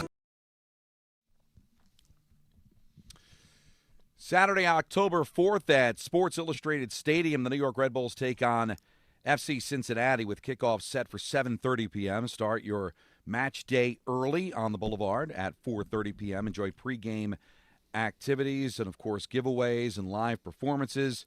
Then at 5:45, catch the Red Bulls on the red carpet. Gates open at 6 p.m., where the first 10,000 fans get a reversible Red Bulls bucket hat. For your chance to win a family 4-pack, enter through the ESPN New York app. Just click on the contest tile and submit your entry. Bring the crew and secure your seats at NewYorkRedBulls.com. Plan ahead and travel smart. The Harrison Path station is closed on Saturday, October 4th. Free shuttles will be running from Journal Square to the stadium. All right, let's get back to some calls. We've got a big 5 o'clock hour. Our picks at 5:45. ENN at 6, and then we'll hand it off to Mets and Marlins at the bottom of the hour. Let's go to Sean in Maryland. You're on ESPN New York. What's up, Sean? Hey, guys. How you doing? Good. Hey, Sean. Can you hear me? Oh. Yeah, sure. We got you. I apologize. Okay, so I want to thank Jacob for such an entertaining call, even though he's part of the irrelevant fan base, which is the Mets. And I'm glad Soto went to the Mets because now he can be Mr. Irrelevant, too. He didn't want to be on a good team. He's all about himself. So you don't get me wrong. When he was a Yankee, I thought he played pretty well. So you just hate the the Mets. attitude and not being able to share the spotlight. So you hate and the it's going to be Judge's team. I give A-Rod a lot of credit because when he came to the Yankees, he realized it was Derek's team, and he moved over to third base. Soto didn't realize that this is Judge's team, and he doesn't want to be a winner. So as a result, he can go across the bridge and be Mr. Irrelevant. So you hate the Mets. Thank you, Sean, for the phone call and confirming everything that I've said for the last hour and a half. Except having the ability to have a conversation back. Yeah, well, because when you know you're wrong, you hang up. And he went for the money, people. Please stop it. It was confirmed. So he wasn't scared of Judge. He just wanted to get paid more. That's it. And maybe the Yankees ended up being smart about it. We'll see. Year one, it looks like the Yankees pivoted very well. We'll ultimately see. I actually think year 2 will make it look even better. I think year 1, you didn't get a full feeling of it. I think year 2 you will. I think next year's a bigger year for the Yankees. But you know what? Year 2, year 3, year 4, year 5. I mean, it's very fluid because right now, listen, Fried, that contract is not going to age well. So I don't care. I hope it. Well, the first you'll 4 years care all that if matter you to don't me. win. Oh, well, but I think they will. All right. Well, if they win, just like CeCe Sabathia's. CeCe Sabathia's contract didn't age well either. Didn't matter. But you got the 2009 championship, so it didn't matter. Right. If you win this year, next year, whatever. But, if you're in year 5 or 6 of that deal, haven't won yet, and you're paying that contract, and now he's 37, 38 years old. Can I also say, though, it could look CeCe, bad. but my point is it's very fluid, Alan. It's going to look good. It's going to look bad, and we'll see. Yeah. No, I know. But I can't imagine the Soto contract's going to age well either. But right, in the same thing. If they win, it won't matter. In defense of CeCe Sabathia, like it wasn't as if he was an albatross. He also still provided desperately needed leadership. Oh, absolutely. Like he still was a valuable piece. Even though, yes, was he the same guy he was in 2009? No. But was he still a valuable piece of the franchise in that clubhouse? Absolutely. Right, but he was overpaid, and the Yankees were at that time. Baseball, Let me ask you a question. Across sports, how many non-first contracts of great players age well? They don't. Well, they only age well depending on what they do early on, right? So, if you win, then it covers up how well they age. I think what Peter's asking, and it's the right question because it's a reason why, like in the NBA, they don't allow this, is any contract over 5 years. Give me the one that was a good contract. Unless it was their first deal after the rookie deal. The entire run of the contract beyond 5 years was what a great contract that was. It never happens. No. Don, you just said it with CeCe. Still wasn't a good deal, but they won a title. Right. Stanton deal we know is going to age horribly, but he's been great for them. That's Yankees, the deals you sign with these guys when you want them. Right, because that's how it worked. Like the Yankees would tell you that giving 8 years to a 31-year-old is not a good idea. But the idea was if we get a couple of championships early on, it's not going to matter. All right, so so it doesn't matter if it aged poorly. Same thing with Soto, right? The Mets have 2 championships. So at the end of it, we may look back and go, boy, it probably wasn't worth a 15-year contract. But if the Mets get a couple of championships out of it, nobody's going to complain. So that's the answer to your question. None of them really technically age well because it's always some older player that's getting way overpaid and not contributing the way he should based on the contract. That's just the way it is. I could tell you that Max Fried at 38 years old is not going to be the Max Fried that he is right now. Just that's how age works, right? You know that going in, but the hope is at the beginning of the deal, you'll get something out of it. That's why I'm saying to Alan, I don't think the Mets aren't winning this year, but they might win 4 of the next 5. I don't know, but it's going to be very up and down. Right now it looks like the Yankees' pivot was perfect, and the Mets are wondering, should we have done this?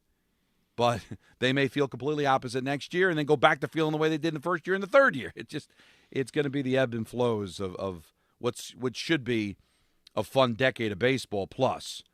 Let's go to, how about Tessa in West Caldwell? You're on ESPN New York. Hi, Tessa. Hey, guys. Thanks so much for taking my call. Of course, I'm excited about the Yankees. Nervous about Sunday's game, but, I'm going to go there and just try to give it my best. But I really had a throw question because you guys know I'm a maniac. I'm 1,000% locked in as a fan. Just don't mess with my teams, Giants, Lakers, Yankees, Devils. Just don't do that. So on Fridays, if I go into the office, it's casual Fridays, and now that the football season is here, you wear your jerseys or you wear whatever you want to represent your team. And whoever has the most representation, they get to take a picture. And on that Monday, win, lose, or draw, you have to have that picture on your desktop, like throughout the office. So, okay, cool. So we have more Giants fans by 1. We have more Giants fans than Jets fans. And you got a couple of other things sprinkled in. So today I went. So now I go and I see this guy who he's been wearing Ravens stuff. So, we talk a little bit. He says that, I was a casual fan, but then when I went to college in Maryland, I really became a diehard Ravens fan. Like, I'm a Ravens fan. Okay, cool. He talks about it a lot. He's excited. Devastated last year when they lost. Okay, cool. So when I walk in today, I see that he has a freaking Brian Burns jersey on, and it's just like the Giants really looking like, what is this guy doing? So I go up to him like, what are you doing? Why do you have that jersey on? He was like, oh, because I'm tired of not, having a picture on the desktop. I want my picture. I'm like, listen, knock it off. You're not going to do that with our team. You're not going to do that with my team. Like, you're a fraud. What are you doing? I'm like, take that jersey off right now. I'm like, you look like a freaking bag of trash with fish guts in it. Stop it. So, like we all getting on him, and he like, we keep getting out of control. You guys are crazy. It's just a game. Exactly why you need to take that jersey off for you to say it's just a game. Like, we live and die for this, and you're being disrespectful because you want to be in the picture. Take that jersey off. The long story short, we blacked out, but whatever. But I really feel like he's a fraud and he's fake for that. Like, what do you guys think? Like, that's disgusting to me. Like, you're terrible. Well, listen, you know how we feel over here. We don't accept fraudulence. I love that it's like I got my little police out there trying to keep anti-fraud alive. But you guys remember that from my childhood, the thing that irritated me so much is that in 1991, the Washington Post put out this bumper sticker. Remember when – all right, kids, gather around, story time. There was a thing called newspapers, right? And then there was a thing called bumper stickers. Anyways, they sent out this bumper sticker that said – Redskins bandwagon, and everyone put it on their car. And as a kid, I got so annoyed. I'd be like, who would want to say they're on a bandwagon? Why would anyone say they're on a? Since that day, I have, even though I admit openly I'm a baseball fraud, I have no real acceptance for fraudulence. If you gotta stick with your team, people. Yeah, that was a bad choice of bumper sticker. Yeah, it's a negative connotation. Maybe it was an inside joke that I didn't get because I was too young. I think it was a Kornheiser thing, so it may have been there was some play on it, and I was 12. Get on the bandwagon now. That's what they always say. Like when a team is on the rise, it's like get on the bandwagon. And by the way, now. The bandwagon thing does always happen, no matter what. But that's for the fringe and the non-fan. The fringe. It's a different vibe for those types of people. But you know what? If they had their quarter and they wanted to buy a newspaper, I'm sure they were all four of them to jump in on that bandwagon. We got football to get to. We've got our picks at 5:45. We've got ENN at 6. It's Don La Rosenberg hanging out with you until 6:30. Then it's Mets Marlins here on ESPN New York. There's a lot of reasons why people buy at Ramsey Mazda. It's their selection, it's their customer service, and it's their savings. Lease a new 2025 Mazda CX-90 Turbo Select for $249 for 24 months. Start shopping now at RamseyMazda.com. Choose wisely, choose Ramsey Mazda. Call 833-853-2970 for details. VIN S1225248. MSRP $40,000. Zero security deposit. Ends 9/30/25. This fall, golf's greatest rivalry comes alive like never before. The Ryder Cup isn't just at Bethpage Black, it's everywhere. From a high-octane fan zone at Rockefeller Center to official watch parties across Manhattan to curated fan kits bringing the action home. You can rally with Team USA or Team Europe wherever you are. Feel the passion, celebrate the tradition, and live every putt, drive, and cheer. Ryder Cup Live. Be part of golf history on and off the course. To help those who want to be helped, but may not be able to afford it. That's what PGA Tour winner Grayson Murray had envisioned for a foundation before he sadly took his own life at just 30 years old. His parents channeled their grief into creating the Grayson Murray Foundation, carrying out his vision to help those struggling with mental health and addiction. To donate and learn more, visit GraysonMurrayFoundation.com. And now let's take a look at the traffic with Brandy Scott.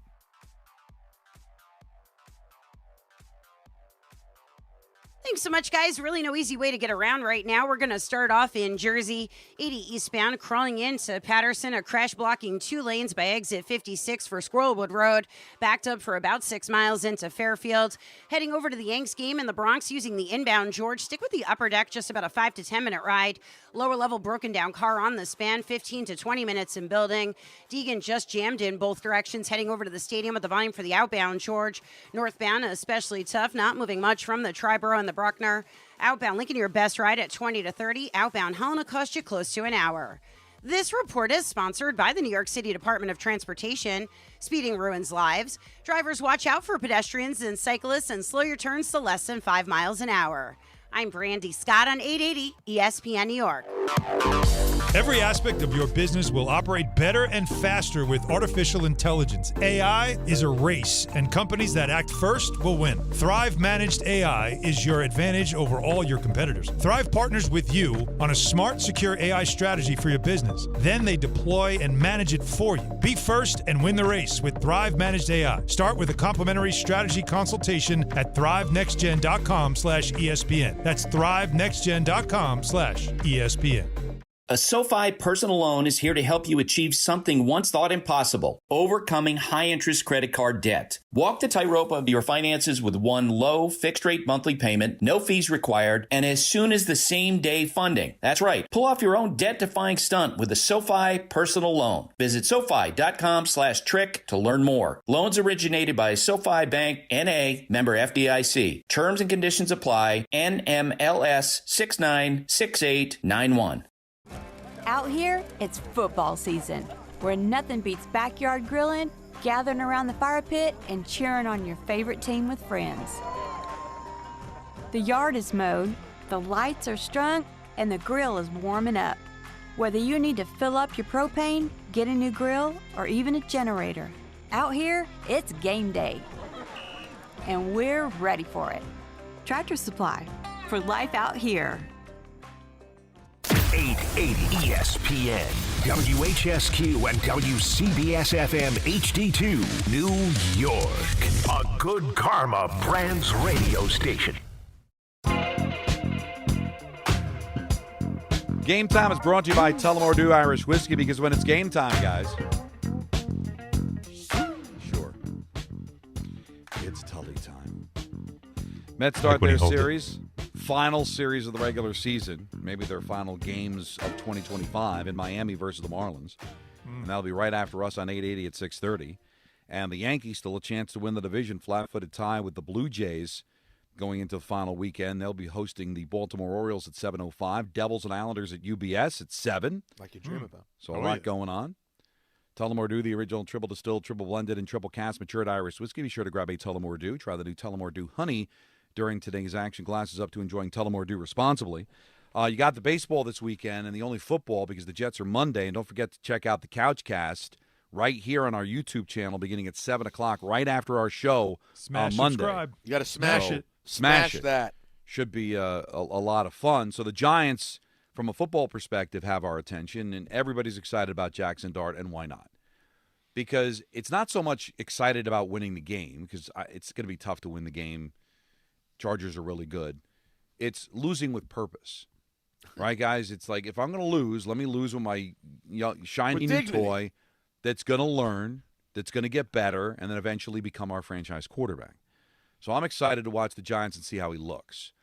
Now, I caution Giant fans to go in with enthusiasm, but keep the expectations reasonable. Cautious optimism, Don? Because of the fact that I still think they're coached poorly. I still think they have a coaching issue.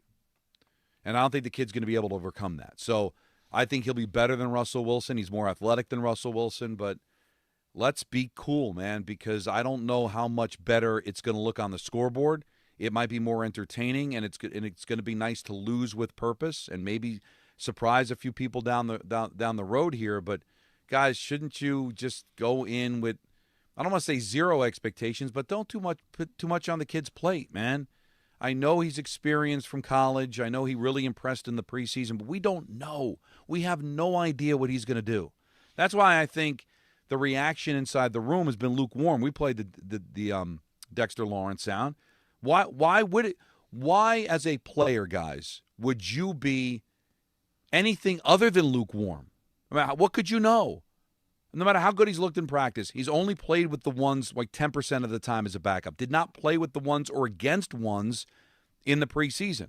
As excited as the organization is about this kid, I think everybody's just going to watch and see what it looks like.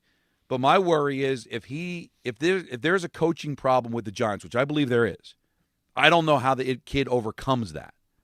So I'm going to go in and just hope to see entertaining football, see a kid that gets it, but I don't want to put any statistical value on it. I don't want to say he's got to do this or he's got to do that. I really don't know what to expect on Sunday. I don't. But I'm looking forward to it either way. That's the way you have to go into this game. And the reality is, when you have a team that you know cannot do that much in a given year, it's not the best way to watch football. But when you have an opportunity, at least, like, for example, I think the Giants are in a much more appealing spot than the Jets, because I don't believe the Jets have any belief that Justin Fields is actually going to be their guy. I don't. I think it was a little Band-Aid, a nice Band-Aid. Maybe we'll stumble into something. Yeah, it feels and like that. And it looks like they won't, Don. It looks like they probably won't.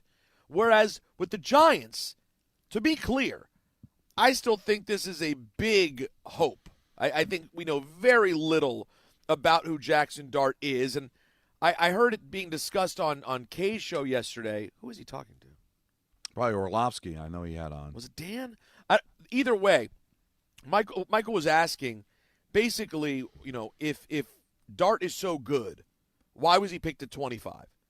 And the explanation that essentially you could see a lot in him, but he just doesn't have that unbelievable top 5 pick sort of arm talent or anything like that, makes this still probably an uphill battle. And I would not go into tomorrow or Sunday thinking, we found our guy, it's a done deal. But Don, you never know. We've seen great quarterbacks come from low in the first round and the second round before. Right. So at least, unlike the Jets, where I just think, guys, Monday you're just hoping, hey, could they beat the Dolphins? That would be fun.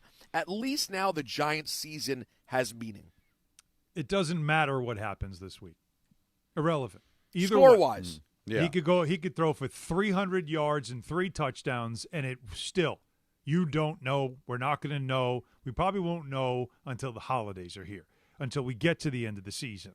So you have to watch that way. And no fan does. You always want to have that immediate moment where it's just like you declare it, oh, we got our guy. But in reality, you're not going to know, because as we've learned with a lot of quarterbacks, you could have a good start, and then now they got tape on them, and then all the defenses start making adjustments. But the thing with Dart is this. First and foremost, the Giant offense is going to look different, I promise you. And here's why. It's not going to be the Giant offense. It's going to be what they did at Ole Miss. It's going to be what he was good at in college and what he knows well, because that's the only way he's going to be comfortable in an NFL game right now. And I'm sure they've already prepared a playbook of those plays so that when he does get out there in the huddle, he has some kind of confidence because he's already done it before. That's where the confidence comes from, demonstrated performance. Well, where did he demonstrate performance? At Ole Miss. So it's going to be a lot of that kind of stuff. So that's what you have to look forward to, is what does it look like and what can they do with it?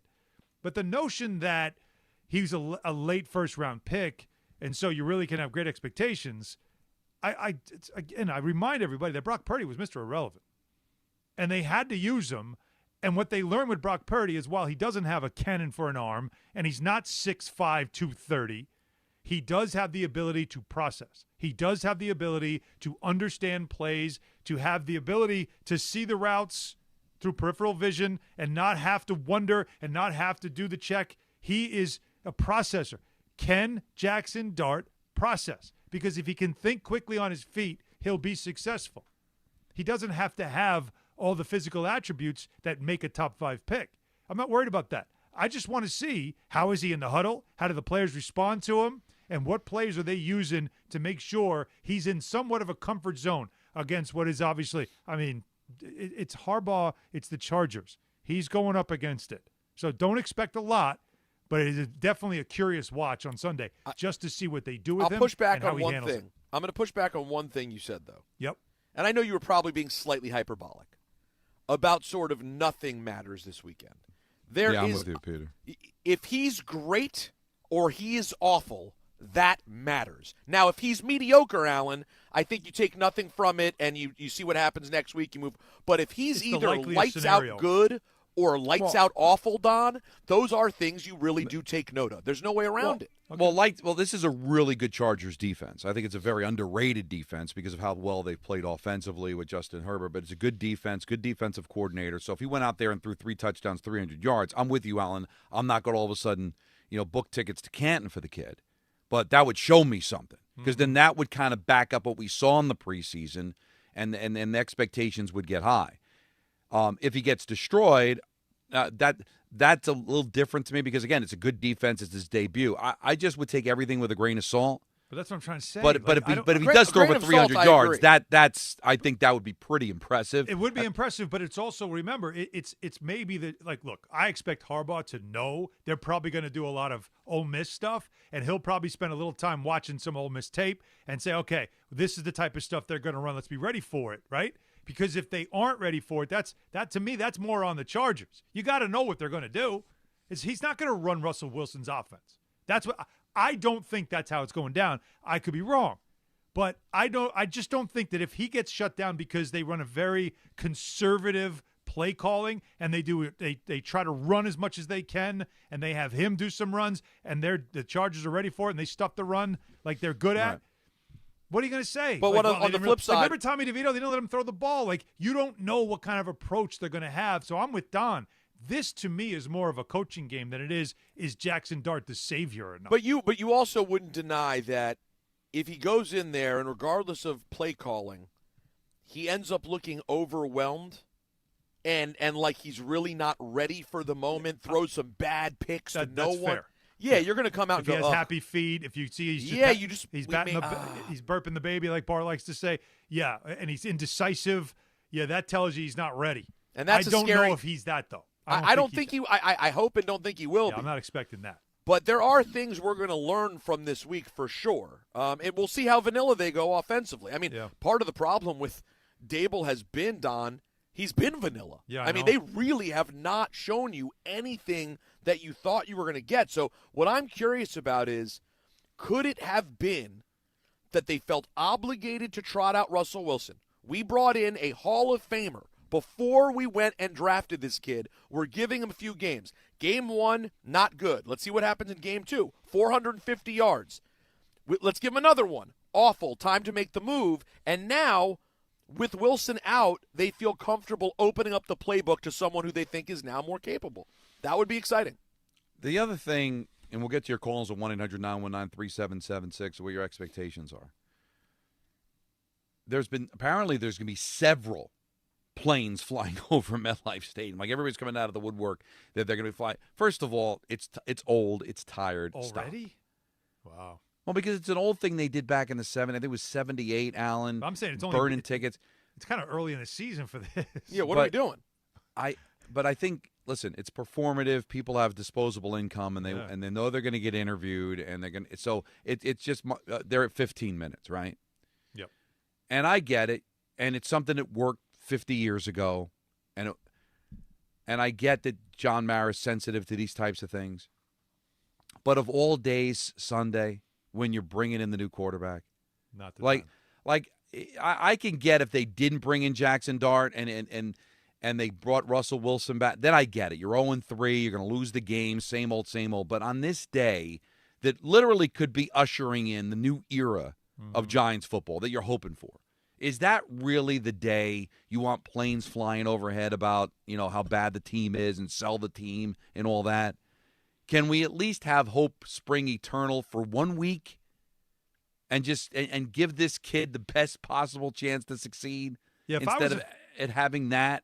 I'm sorry, Don. If I was a fan, I'd be pissed off about that because this isn't the day for that. This could be the first day of the next era.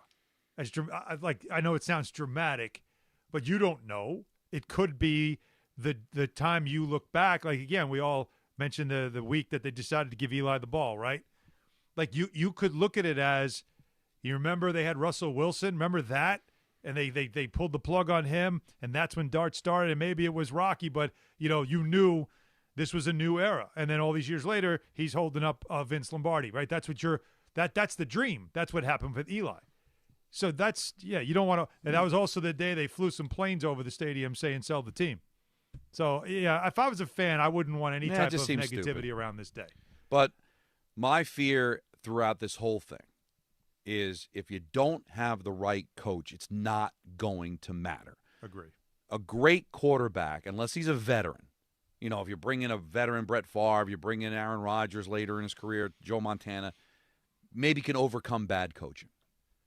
But a kid's not going to be overcome bad coaching. So I hope, I think I'm right that they don't have the right coaches in place.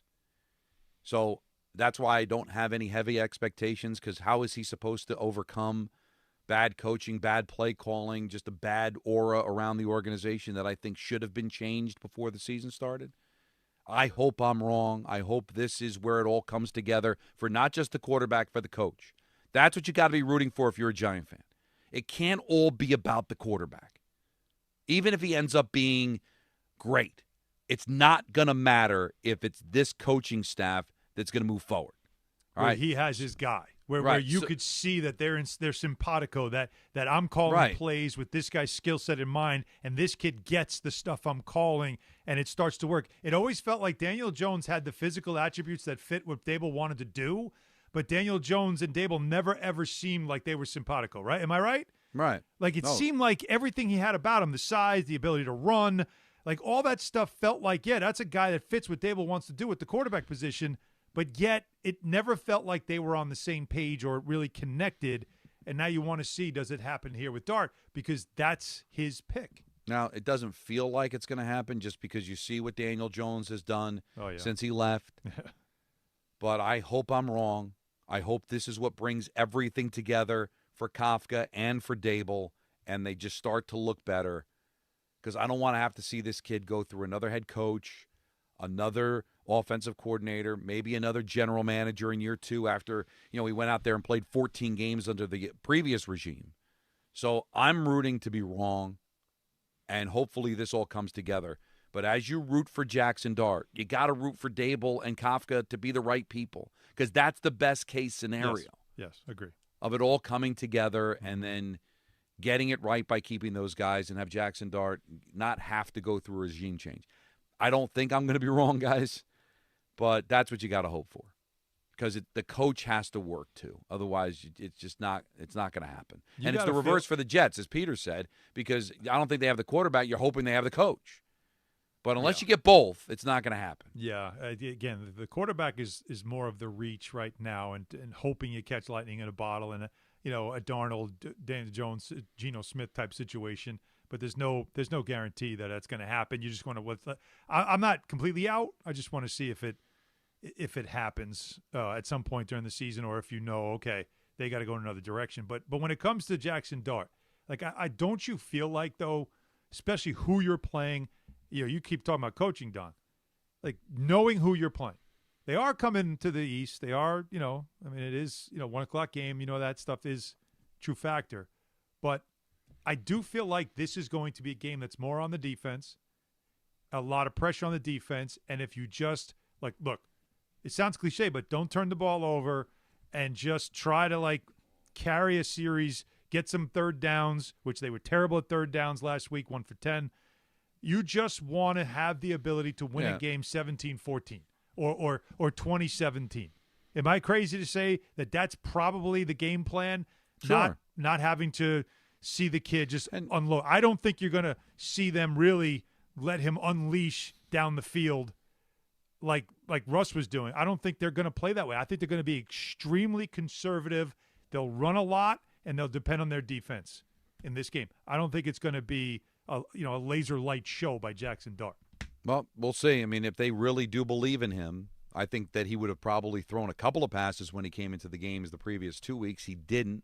Yeah. He was the backup, and you heard it throughout the Sunday night broadcast against Kansas City. Everybody's thrilled with this kid. They're ready. Winning the game's not important to me. So if he makes mistakes, like the whole Bill Parcells, if you're throwing interceptions, that means you're going for it. If you believe in the kid, I think you can give him opportunities to go out there and take what the defense is going to give you. Right? At some point, maybe not right away. At that point, because, again, it's not the game. Your own 3. You want to win games, but at the end of the day, you want to develop. And so if he throws an interception, it costs you the game, but you're learning something, and he's learning something. There could be value to that. Mm-hmm. So I'm curious to see it. It's probably as excited I've been for a Giant game since going into last year when I thought they had a chance to be pretty good. I'm sorry. No, seriously. No, I'm sorry because I know what that's like. I know what it's like to go, finally, I at least have something to root for. Well, can I see if a kid's good? Yeah, and I'm exaggerating. I'm probably, you know what? This is probably the most excited I've been about a Giant game since the Cowboy Sunday night game when they lost 40-0. Oh, wow. Because, they're coming off. We had hope then. Yeah, they're coming off going to the playoffs, and they're taking on the Cowboys, national television at home, and then it was what an underrated, horrible moment for the franchise that was. Yeah. Well, because it got completely overshadowed because of the next night. Rodgers tore his leg. So Rodgers tear his Achilles, and that's all anybody talked about. But that night, we were out there across the street from MetLife, and it really was like a hope springs eternal kind of moment. Like, they're coming off the tough loss to the Eagles, which granted was horrible, but you wanted to believe that was an anomaly, and Daniel Jones had found something. And then you fast forward 3 hours, and I just have the image of Daniel Jones laying face down in the mud with shots on the sideline of it looking like his head coach was like trying to teach him a lesson by keeping him in the game. It was truly the beginning of the end of that era of this team. That was the any given Sunday moment. They're not playing for him, Coach. We'll let him learn. Yeah. And that went great. And I'll tell you what, Daniel Jones got the lesson. It's unfortunate it hit him in Indy, but right. It did feel like Dable almost hate coached Daniel Jones. You know what I mean? It felt that way. Do you remember after the playoff game, they beat Minnesota, and in the post-game presser, he would not compliment the quarterback. No. He never would compliment the quarterback. Never felt if you right. want, Yeah. it's not a conspiracy theory, Alan, but it almost feels like he was setting up for, if I'm not successful here, it's because of Daniel Jones. And the way he treated him, leaving him out there against the Dallas Cowboys despite them getting killed, and berating him on television all the time he made a mistake, even though the rest of the team was complete garbage too, including himself. That it was almost setting up where, listen, I could be winning here, but I don't have the quarterback. Well, now he's got his quarterback. Mm-hmm. And the quarterback he said he couldn't win with is 3-0 in Indy. All right, so it's not aging well for him at all. It is not. It is. So we're down to the nitty-gritty here, but this is what we have. So you can root for it to go sideways, which I'm sure a lot of fans are, in hopes that Dable and Shane are gone, but it could come at the expense of a kid that might be a really good quarterback someday. So who's the one that got away more? And I know we got to go, but just because of what I watched last night, Sam or Daniel Jones? I mean, Sam. Well, it doesn't that for me anyway. It just feels like they had the number 2 pick and they had to make a choice. And at the time, it's like, well, the obvious thing to do is reset the quarterback because you don't want to have to pay Sam. Right. So just take a quarterback at 2 and move on. And my God, they took a guy that obviously can't play in the league. And Sam has turned into what you thought he'd be when he was the number 3 pick in the draft out of USC. And it's kind of, you didn't think Sam was going to be a mega star top 5 quarterback, but you knew you had to feel like this guy's going to be a good quarterback in the league. And he's become that. But Daniel Jones and what he's doing now, too, it's like the guy that you took and were supposed to be your future, you move on from, and he's figured it out. That's a great question. God, which one is going to hurt their previous franchise more? Obviously, the sample size is greater for Sam. We're only talking 3 games for Daniel. We had a whole 13-win season plus here with Sam. No, Sam's a guy. Sam's a real guy. He's a guy. But we'll see. Well, it may not age well for either of the teams, and knowing the history, it probably won't. 1-800-919-3776. We got our picks coming up at 5:45. We've got E&N coming up at 6. We're out at Dodge coming up at 6:30 because then it's Mets Marlins right here on ESPN New York. Oh, guys, let's fire up your Saturdays, okay? Because FanDuel has a boost that you don't want to miss. It's called Boostin' with the Boys, and it's giving everyone a college football profit boost every single week. So here's how it works. Each week, they're giving everyone a profit boost to use on college football. No opt-in, gymnastics, nothing. No invite-only nonsense. Everyone gets the boost. We're talking real games, real teams, real Saturdays with an extra payout on the line. It's easy, it's fun, and it's only on FanDuel. Go to FanDuel.com/Peter to download the app. Check out the Boostin' with the Boys offer and get it on the action. 21 and over and physically present in New York. Opt-in required. Bonus issued as non-withdrawable profit boost tokens. Restrictions apply, including any token expiration and max wager amount. See terms at sportsbook.fanduel.com. For help with a gambling problem, call 877-8-HOPE-NY or text HOPE-NY 467-369.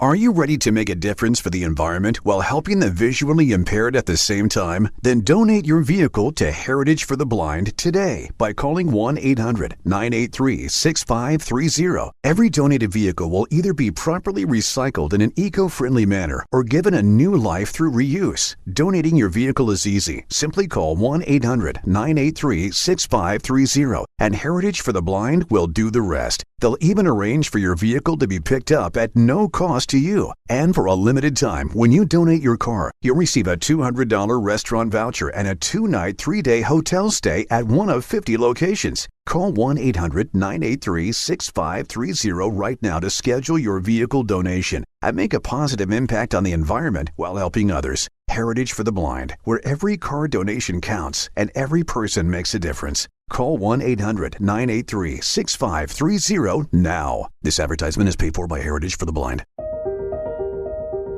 You know so much about who you are.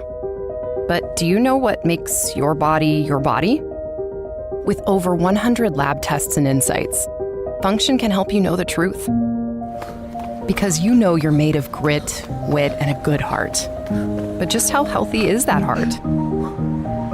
You know you're made up of all the places you've called home. You know you're made of your mom's sarcasm. And now you can find out if you have her thyroid too. You know you're made of college all-nighters and 30s early-nighters, but those still don't explain your sleep issues. You know that you're made up of good meals with even better conversation. But are you actually absorbing those nutrients? A Function membership gives you a comprehensive health check with results tracked over time. Find out what you're made of at functionhealth.com. Shop great new offers at Bay Ridge Mazda. Lease the 2025 Mazda CX-5S for as low as $239 per month or finance for 2.9% APR for 36 months. They will take any trade-in and accept all lease returns, even if you didn't lease with them. Plus, enjoy Bay Ridge Plus benefits like ding and dent coverage, key replacement, windshield protection, and roadside assistance, all included. Visit them in Brooklyn or online at BayRidgeMazda.com. Bay Ridge Mazda, where confidence comes standard. See dealer for details. And now it's time for traffic. Here's Brandy Scott. Thanks so much, guys. If you're heading over to the Yanks game in the Bronx using the inbound, George doing better on the lower deck. They picked up that broken down car, just about a 10 to 15 minute ride. Upper level going to run you about the same. Deegan just jammed in both directions, heading over to the stadium with the volume for the outbound, George. Northbound, delays go back across the Triborough and up onto the Bruckner. Southbound side, stopping a ride from the Mosholu on down. Outbound Lincoln going to run you about 20 to 30 minutes. Outbound Hahn, 45 plus. UBS Arena tonight, preseason hockey. Islanders taking on the Devils. If you're heading that way, already solid on the Cross Island southbound. Bumper to bumper from the Throgs Neck Bridge in Queens through to Hempstead Turnpike. This report is sponsored by Parkwiz. New Yorkers know the hacks, and here's one for parking. Reserve ahead and pay up to 50% less in drive-up rates. With Parkwiz, you could book your parking in advance, skip the hassle of searching, and save every time. Download the Parkwiz app today. I'm Brandy Scott on 880 ESPN New York. You matter, and so does your well-being. Call, text, or chat 988, New Jersey Suicide and Crisis Lifeline, for free 24/7 support with mental health, suicide, or substance use concerns for you or someone you love. A message from the New Jersey Department of Human Services. Do you owe $10,000 or more in credit card debt or personal loans? With credit card debt at all-time highs, Debt Relief Advocates is urgently notifying consumers of debt relief now being made available, designed to aid consumers with out-of-control credit card debt. Those who qualify and enroll for this relief program will only have to pay back a fraction of what they owe. This is not bankruptcy or a debt consolidation loan. This is a relief program that credit card companies would rather you not know about, as it ends your debt nightmare and saves you lots of money. Consumers owing at least $10,000 in credit card debt or personal loans can now take advantage of this debt relief as the cost of living skyrockets. Debt Relief Advocates has established a relief hotline for you to call to learn what debt reduction you may qualify for, so don't wait. For this free information, call the Relief Hotline at 800-606-8737. 800-606-8737. 800-606-8737. There's a lot of reasons why people buy at Ramsey Mazda. It's their selection, it's their customer service, and it's their savings. Lease a new 25 Mazda CX-30 for $199 for 33 months. Start shopping now at RamseyMazda.com. Choose wisely. Choose Ramsey Mazda. Call 833-853-2970 for details. VIN SM843629. MSRP $26,865. Zero security deposit. Ends 9/30/25.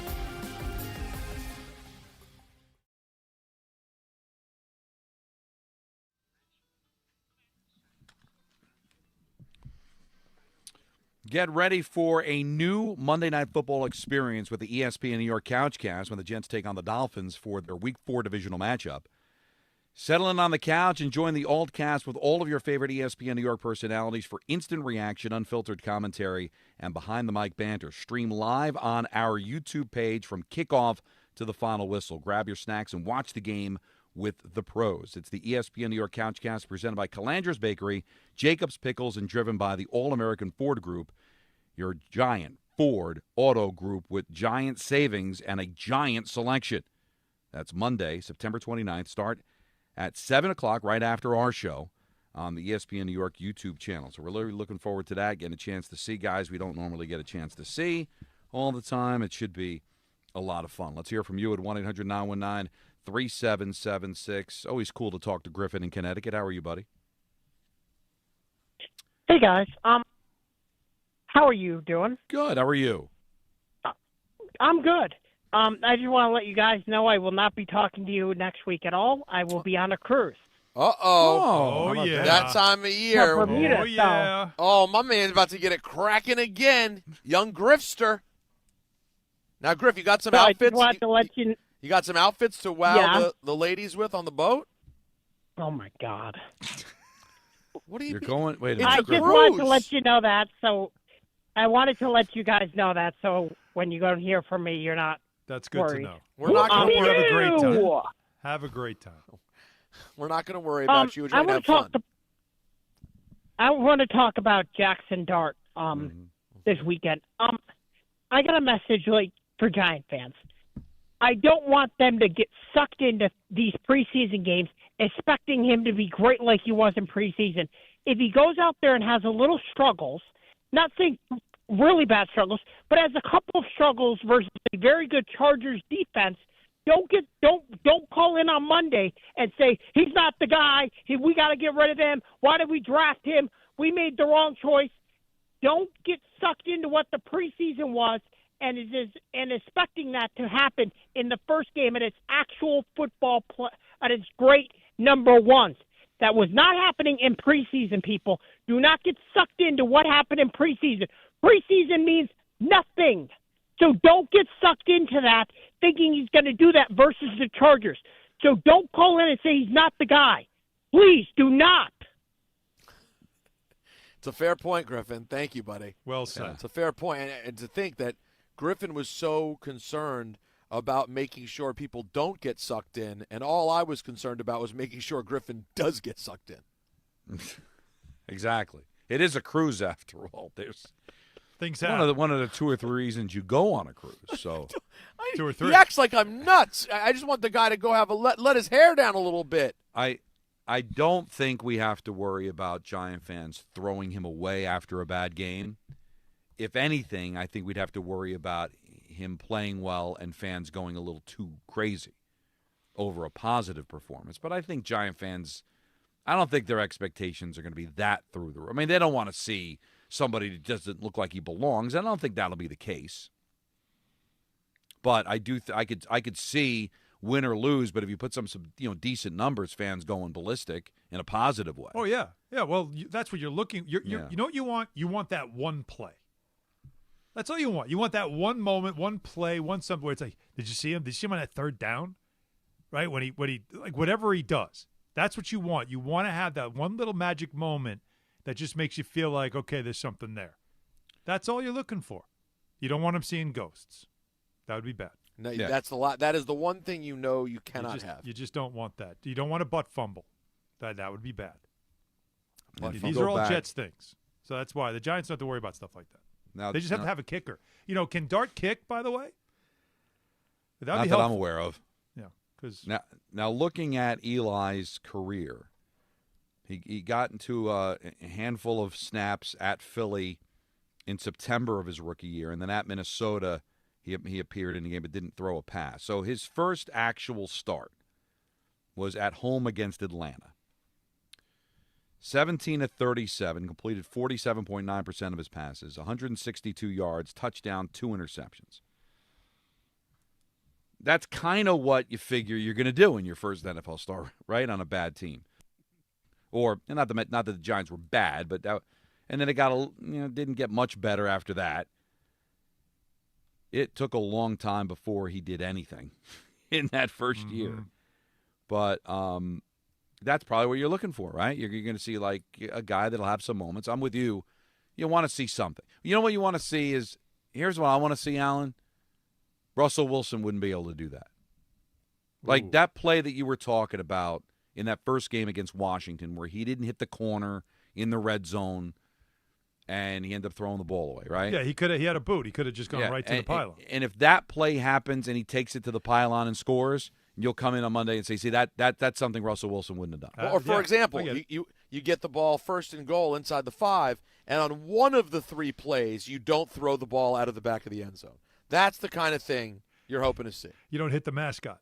Yeah, one ball you try to throw into the end zone to a guy wearing blue. That's great. Here are the things that are not in his control. The Giants are one of the worst in the league at taking penalties. Jackson Dart can't control that, can he? Unless his cadence is off and his offensive line is a mess. Right, where the they're having trouble with penalties if they're not on the same page. Yeah, like you got to worry about stuff like that. You've got to worry about Justin Herbert just slicing and dicing on your defense. You got to worry about that. Jackson Dart can't control that. The Giant defense gives up points, and he's got to now chase. Because you don't want a rookie quarterback in his first start chasing a scoreboard, because that means he's got to throw more, and that's when you start getting desperate, and that's when you start seeing the warts. And now, but what he'll do is he'll kind of set the tone. So then next week against New Orleans, on the road against a bad team, then be a little bit better. Then the short turnaround against Philadelphia, I don't know what you expect at that point. But just see a quarterback gradually get better. And that's what I'm just looking at Eli's first year. The first game where Eli looked like he got it was in Week 15 at home against Pittsburgh. It was a Saturday. They lost that game 33-30, but they hung in the game. He threw for like 200 yards, completed 70% of his pass, looked good, almost won the game. But that was like several weeks in. It took a while, and it's going to take a while here too. Just want to see it get better. Mm-hmm. And how does he look the series after a pick? Does he look beaten, or does he look like a guy that wants to go out there and be better in the next drive? Stuff like that. It's little things. It's in the huddle. What does he look like? Like that's the is he steaming Willie Beeman and he's throwing up, or does he look like he's in control? That's what you want to see, how the guys respond around him. That first series he's in, it's going to be scripted. It's going to be very conservative, very scripted. They just want to get him into the game. And so I would not expect a lot of fireworks, but I am looking at body. You nailed it, Don. I'm looking at body language. I'm looking at what are the players around him.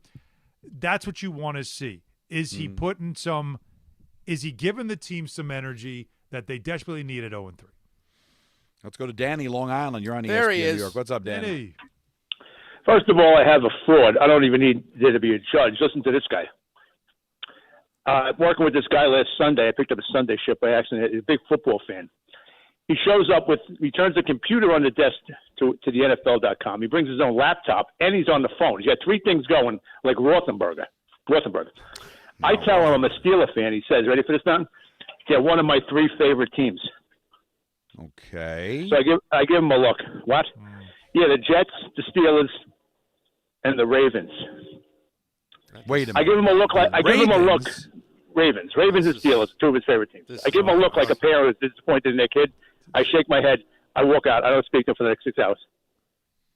Favorite team. How are you a football fan with 3 teams? One of them the Steelers, one of them the Ravens. He's not a football fan, but he probably gambles. Yeah, maybe that's what I didn't. And they do well. No, listen, we all have our second favorite team on a Sunday afternoon. Of course. But listen, rooting for Dart. I mean, I don't root for obviously I don't root for the Jags. I always root for the local teams to do well to playing against my team, and the amount of misery that we have to deal with. Who wants to deal with it? I mean, it's not good for radio. It's not good for radio. No one wants to listen to the radio after the Giants. We want to have winning teams here for a change. So having said that, if Jackson Dart goes out and throws 3 touchdowns, what's the headline of the Post? Throwing darts or jacked up? Throwing darts. Now, I suggested in our meeting what it could be if he completely wets the bed. And I don't think I'm allowed to say it on the air, but I could see the Post using that as a headline. I also think they're going to come out and they're going to let him play because Dable's going to say, we're trying to win the game. He's ready to be an NFL quarterback. Let's let him be an NFL quarterback. You're not going to win the game by handing the ball twice to one running back we don't even know. I don't think they'll intentionally dumb it down. him. I just don't know how much of the offense he knows, not even a month into the season. That's the thing. Yeah, You can only play the plays he knows, right? I think they're going to play a lot of Ole Miss stuff. That's what I think. It's what he knows. Yeah. If you were planning on putting him in week 5 or 6 regardless, that should have been the plan to insert those plays 4 months ago, not just so he's been working on those plays. So they're going to go to plays that he knows very well. Yep. You talk about how's he going to look after the first interception. How is he going to look when he's just been hit harder than he's ever been hit in his life? Because the first thing every NFL drafted player has to prove is I can stay on the field because everybody on this field is now bigger, stronger, faster, and hits harder. Everything I've ever done is irrelevant competition-wise because even in the preseason when they show you these highlights of Dart, there isn't even a defensive player in the picture when these guys are catching. That's not the way it's going to look on Sunday. It's going to be this guy's open. You got to throw the ball. Does it look like he's open compared to? But you're going to get hit. You're going to get hit hard, and let's see if he can do that. I wish him all luck in the world. They can't do it in practice. I know he was on the scout team and he played the role of Mahomes last week in preparation for Kansas City, and apparently did a very good job. The thing that he is going to notice first and foremost is how fast it is, because it's not like that in practice, and it wasn't like that in the preseason when you had guys that are like second and third teamers chasing after you. These are going to be the big boys, okay? And it is going to be faster than anything he's ever seen before. That's where it comes. I think he could take a hit. He had some big boys hit him when he was at Ole Miss. That was a big-time program. He faced draft picks. He faced good – yeah.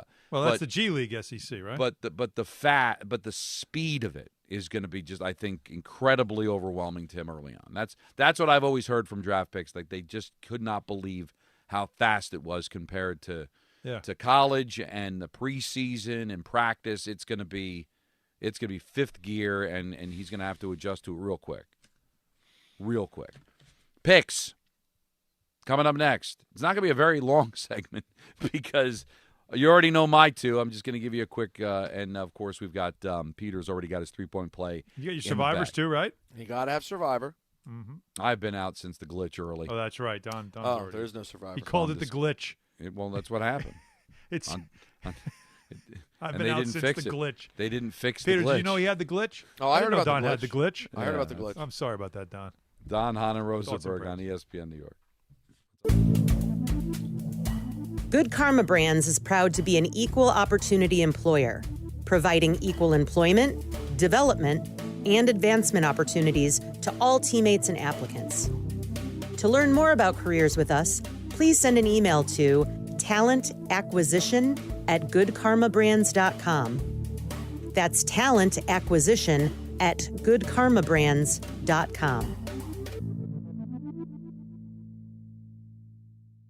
The Ryder Cup is more than golf. It's a global celebration. And this year, Ryder Cup Live makes you part of it all. Cheer with fans at Rockefeller Center. Join watch parties at New York's favorite bars. Or host your own unforgettable gathering with Ryder Cup Live fan kits. Whether you're in the city, on Long Island, or at home with friends, you can rally behind your team and share in the energy of golf's biggest stage. The Ryder Cup. It's not just a match, it's a movement. This is an ad by BetterHelp. We all turn to some funny places for support, but not everyone is a therapist. Not everyone is the one. Find your right match with BetterHelp. BetterHelp does the initial matching work for you so you can focus on your therapy goals. A short questionnaire helps identify your needs and preferences, and their 10-plus years of experience and industry-leading match fulfillment rate means they typically get it right the first time. If you aren't happy with your match, switch to a different therapist at any time from their tailored recs. You can join a session with a therapist at the click of a button, helping you fit therapy into your busy life. Plus, switch therapists at any time. As the largest online therapy provider in the world, BetterHelp can provide access to mental health professionals with a diverse variety of expertise. Find the one with BetterHelp. Our listeners get 10% off their first month at betterhelp.com/timeout. That's betterhelp.com/timeout. Oh, what are you doing? Don't do New York City dirty. New York City's my heart, my soul. I would never do this place dirty because everything I want is in this city. Why would you want to dirty somewhere that you live? This is your home. You don't throw papers out the window, flick cigarette butts. It's disrespectful. Dispose of it the correct way. I would never put trash on the ground. That's why we got trash cans. Don't do New York City dirty. Trash your trash. A message from the Sanitation Foundation. One by one, we keep this city clean, man. Let's get it. From kickoff to cash out, ESPN Bet has the tools you need to score more on game days. Bet smarter with stats at your fingertips. Get personalized parlays built just for you. And with your fantasy team synced right in the app, you can back your squad. Right now, new customers get $100 in bonus bets when you bet $10. Sign up with promo code USL to get started. Must be 21 plus. Gambling problem? Call 1-800-GAMBLER. Terms and conditions apply. See app for details. Offer not available in New York. Empower. Tim collects bobbleheads. A lot of bobbleheads. Baseball bobbleheads. Race car bobbleheads. Little chihuahua bobbleheads. He's got an entire room strictly for bobbleheads. Does he need them? No. Is his wife mad about it? A little. But Tim works with Empower, and he got good at money, so he can be a little bad. Ooh, horse bobblehead. Classy, Tim. Empower. Invest well, live a little. Start today at empower.com. Get to know your favorite ESPN New York personalities with our newest app feature, the ESPN New York Pick of the Day. Open the ESPN New York app and click on the Pick of the Day tile to find an opinion. I'm a loser. No, that's not feeling it. That's feeling it. Suggestion. Feel this then, okay? Or hot take. Explain it to me, like I'm an idiot. Whether it's betting advice, food picks, or general commentary. Be fruitful and multiply. It's a great way to stay connected to your favorite personalities. Download the free ESPN New York app today and listen to all your favorite shows and podcasts. It doesn't matter if you're running drills at the park, playing pickup on a Saturday, or sinking the final putt. When you compete with your friends with Michelob Ultra on the line, competition isn't that friendly. The trash talk, next level, and the stakes, oh, those are crystal clear. With only 95 calories and superior smooth taste, it's the ultimate trophy. Superior is worth playing for. Michelob Ultra, superior light beer. Enjoy responsibly. Copyright 2025, Anheuser-Busch Michelob Ultra Light Beer, St. Louis, Missouri. There's nothing the voice in our head obsesses over like our health. But with over 100 lab tests and insights, Function can help answer the questions like, why am I so tired all the time? How can I get better sleep? My friend was telling me about magnesium gummies she takes. How do I even know if my heart is work stress affected? It's time to up my cardio. If my mom has something, how would I find out? It's time to get some blood work done. A Function membership gives you a comprehensive health check with results tracked over time. Find out what you're made of at functionhealth.com. To help those who want to be helped but may not be able to afford it. That's what PGA Tour winner Grayson Murray had envisioned for a foundation before he sadly took his own life at just 30 years old. His parents channeled their grief into creating the Grayson Murray Foundation, carrying out his vision to help those struggling with mental health and addiction. To donate and learn more, visit GraysonMurrayFoundation.com. It's hard to believe it's week 4. It's time for our picks. What's the game called? Football. These are the Don, Hahn, and Rosenberg Pro Picks. That's football! Alan Hahn's our leader with 9 points. I've got 7. Peter with his 3-point play last night now has 4 points. Back, baby. Back. So, because Alan is our fearless leader, he is going to go first. Oh, okay. My 1-point play, Don, you saw it. You thought I was going to fall for the banana and tailpipe. Not doing it. Chargers, I'll lay the 6.5 at the Giants. It's also my survivor pick, by the way. Whoa. I'm all in. Wow. Giants, yes, Jackson Dart. It's going to be fun. There'll be some energy and all that stuff. But the Chargers' defense is like one of the best in the NFL in red zone defensive efficiency. So now when Jackson Dart goes in the red zone, he's going up against the best defense in the red zone. Good luck. Now, they'll get a spark. I think it'll be an interesting game. But come on. The Chargers are trying to do something they haven't done since 2002. That's win 4 straight games to start the season. So there's my 1-pointer and my survivor. My 2-pointer. This is a good game, or at least it looks like it on paper. It might not be, though. Ravens, I'll lay the 2.5 against the Chiefs. The Chiefs have to understand that despite the fact they're not that same team, they still are the hunted. Teams like Baltimore want to beat them, and this usually feels like a good game. I don't know if it's going to be. And then my 3-point play, I think Indiana Jones finally meets the Temple of Doom. Ooh. They go to the Rams. The Rams are laying 3.5 at home. I think this is where it ends for Daniel Jones. Remember, the Rams should have won last week. They blew a big lead. Wow. That's a really good team. And I think for the Colts, their undefeated run ends in L.A. I gotta tell you, three. I love your picks. And the last 2, I don't have them in my picks up for the air, but I have them in my cover 5. Yeah, I have 2 others in my cover 5. Okay. Yep. So we're kind of on the same page there. I guess I'll go second. You already know 2 of them. But the 1-point play I'm going to go with is I think the Texans get it going here. I'm a little afraid of the hook at 7.5. Pretty extensive, but ooh, Donnie. Tennessee and their head coach Brian Callahan, 3-17 under Callahan against the spread. That is the worst against the spread in 20 games in the Super Bowl era. Tennessee has kind of given up, and the Texans have got to get well.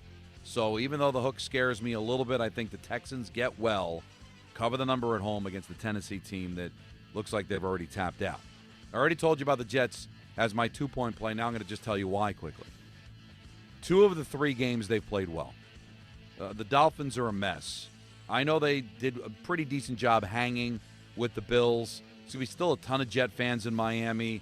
Jets not great against the spread in prime time, 22-33, but we have seen them come up with efforts where they hang. A couple of years ago against Kansas City, of course, that big win against Buffalo on prime time. So I really love the Jets. It's 2.5. I think the Jets win the game outright, to be honest with you. They get on the horse. They cover the 2.5. They go to Miami and they win as a dog on the road against the Dolphins is my 2-point play. And I just love the Packers getting well. All right, they got shocked by a really good defense with the Cleveland Browns. They're going to face an awful defense in Dallas. Under Matt LaFleur, the Packers are 61-42 against the spread. I'm getting less than a touchdown at 6.5. I love the Packers to get well on this Cowboys defense. That's my 3-point play. 1, 2, 3-point play. Ooh. All right, Petey. Well, I'm in trouble, as you guys know. But you know, it all starts with a simple first step. It does. And by the way, last week I thought I'd already turned the corner because I picked the Rams and felt so glorious about them beating the Eagles. And, of course, that didn't happen. No cover happened. Speaking of which, I'm in lockstep with Alan. I'd like to gain ground on him, but I can't. I love the Rams. How about this, Alan? Mm-hmm. Our Cover 5 app is confusing to know who's playing where. I liked them at 3.5, thinking they were an Indy. Oh no! And then Alan said in L.A., and I went, I'll take him at 7.5. Colts at Rams, 4:05 Eastern, baby. So I like the Rams a lot there. The Colts have been solid, no question, particularly at home. But give me the Rams. They're going to be angry, and let's not forget this is a Rams team that basically dominated the Eagles for 3 quarters. They're gonna make things ugly for the Colts on Sunday, making my 2-point pick. There is not a whole lot out there on the board that I like, and it's interesting because normally I really have been trying to stay away from my team. Commanders are down Terry, they're down Jaden, and they're going to Atlanta, who last week Alan and Don both liked and turned out to be pure hot garbage. I do it again. And Don would do it again because he thinks he was right and they were wrong. It's not a sexy pick, but even with the backups in, give me the Commies on the short line on the road. I watched this team play a similar sort of level team last week in the Raiders. The Commanders are not a world beater, certainly not without Terry McLaurin and Jaden Daniels, but they're a solid defensive team with a nice running attack and in Marcus Mariota, an undervalued quarterback for how he fits into Cliff Kingsbury's scheme. I'll take the Commies given the short 1.5 as my 1-point play. Commies for 1, Rams for 2. You know what I'm reminder gonna need, for every. I'm sorry. I think Jake needs to have this when we do the picks because I see a trend with Peter already. All right. We need Lisa and the Cult Jam, Lost in Emotion. We got to play that song when Peter does this. Is that you are so in emotion right now. Is that really an emotional pick? I don't know. Yeah. Oh yeah, 100%. You guys see that game different? I didn't notice either of you guys pounding the Falcons. Well, I'm not on either of that. Not a bird guy. Not big into bird. A reminder for everyone playing ESPN New York Survivor, make your pick before Sunday's 1 o'clock games. After 3 weeks, we've lost 1,888 players, including me and Chris Carlin. Again, they didn't fix the glitch, leaving 1,227 still eligible for the $5,000 grand prize. Now, follow along on the ESPN New York app, powered by SplashSports.com. Let me just squeeze in Moose in Jamaica. What do you got, Moose? Listen, this is Fraud Friday. By the way, what's up, guys? Good evening. What's up, baby? Moose. All right, chillin'. So I'm a fraud NBA fan and also a fraud NFL fan, but I'm here to talk about the NBA, right? I was growing up in New York City being I'm trying to have my fraud, status removed or changed to something less derogatory. So basically, I was a Knicks fan up until like the 2001-2002 draft, and if you remember on MSG, Spike Lee was talking about how great the picks were, the trade was with Zach Randolph, and I'm like banging my head against the wall. Love Zach. I love Dick. Dick. This is the dumbest trick. I remember it. Pause. Yep. So like I'm banging my head like this is a terrible trade, and we sucked ever since then. Wait. Like, I just Moose, day, please, just one. Because I want to keep up. When was this? Early 2001 or 2002 draft. The year of Nicholas Gillisbilly. We traded Nene. We drafted Nene, traded him for somebody who didn't even make the team a year after. So what did you do? What did you do? Wasn't that Antonio McDice? So I ended up being a fan of players because I was playing ball at the park, trying to make basketball teams in middle school and high school, modeling my game after certain players. I fell in love with Dwayne Wade, T-Mac, Kobe, you name it, in the 2000s. So that's how I was basically being a fan of players. And then I never really picked up a team devout, per se, but I was watching in 2014 the Eastern Conference second round, and the Brooklyn Nets were playing, and I was like, I need to be a fan. My friend who was watching with me, living in the house. So are you still a Net fan? Because we got to get to the bottom of this. It's taking too long.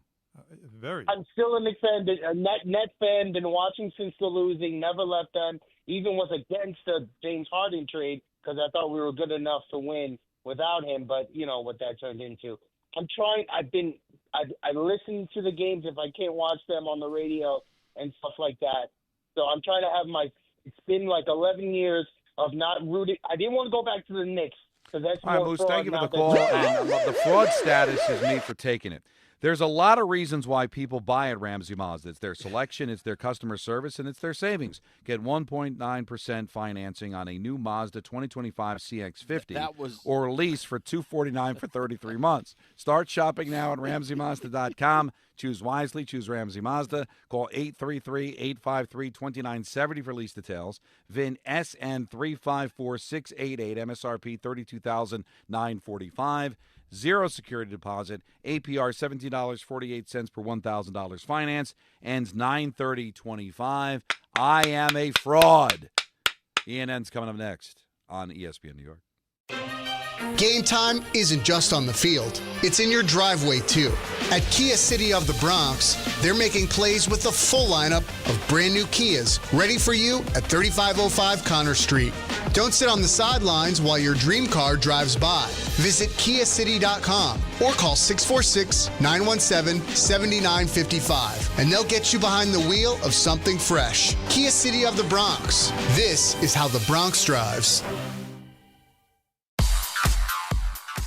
And now let's take a look at the traffic with Brandy Scott. Thanks a million, guys. I hope you have a great rest of the night and an awesome weekend. We've got the Yanks home tonight in the Bronx and a big jersey hoodie giveaway. If you're heading that way using the inbound, George, stick with the lower deck about 15 to 20 minutes. Upper level about a 20 to 30-minute ride. Cross Bronx westbound at a standstill heading over to the Deegan. Big crash by Webster Avenue involving a smashed-up sports car. Only the right lane is squeezing by. You're stopped there from the Bruckner. Deegan just packed both up and down, approaching the stadium with the volume for the outbound, George. Outbound Lincoln already about 20 to 30 minutes. Outbound Hull now back up to an hour. Gridlock alert day with the UN General Assembly still in town. Definitely want to avoid the east side of Midtown, especially 1st and 2nd Avenues. Preseason hockey over at the UBS Arena. Islanders are hosting the Devils tonight. Bumper-to-bumper ride on the Cross Island southbound from the Throgs Neck Bridge. I'm Brandy Scott on 880 ESPN New York. Cashback is not available on gas in New Jersey and Wisconsin. $5,000. That's the average amount of money people in the U.S. are now spending on gas in a year. $5,000. That's crazy. If you drive, you have to download Upside, the free app that gives you cash back every time you get gas. That's right. You can earn real cash back with Upside just by buying the gas you're already buying. You can literally start earning cash back today. I use Upside every time I fill up, and I've already made around $200-$300. You're putting gas in your car anyway. Why not get real cash back? If you like free money, download Upside. I'm saving the cash I earn from using Upside to help pay for a vacation later this year. Download the free Upside app now to earn cash back every time you buy gas. Use promo code FAME25 to get an extra 25 cents per gallon on your first tank. You can cash out anytime right to your bank, PayPal, or a gift card for Amazon and other brands. Just download the free Upside app and use promo code FAME25 for a 25 cents per gallon bonus on your first tank. That's code FAME25 for a 25 cents per gallon bonus. From kickoff to cash out, ESPN Bet has the tools you need to score more on game days. Bet smarter with stats at your fingertips. Get personalized parlays built just for you. And with your fantasy team synced right in the app, you can back your squad. Right now, new customers get $100 in bonus bets when you bet $10. Sign up with promo code USL to get started. Must be 21 plus. Gambling problem? Call 1-800-GAMBLER. Terms and conditions apply. See app for details. Offer not available in New York. Every great team has its core players, but when the season gets tough, adding the right free agent can make all the difference. The same goes for business. At Robert Half, we found that 67% of companies surveyed plan to increase their use of contract talent to handle workload peaks and backlogged projects. With Robert Half's specialized recruiters experience, combined with our award-winning AI, you can quickly find the skilled candidates you want. At Robert Half, we know talent. Discover how we can help at roberthalf.com/talent. Put it in the box. This is your radio home for New York Mets baseball. 880 ESPN, WHSQ, and WCBS FM HD2, New York. This is an ENN special report. Now reporting. The very handsome Jewish man, Peter Rosenberg. We should talk some sports. Do what you want. It's ENN.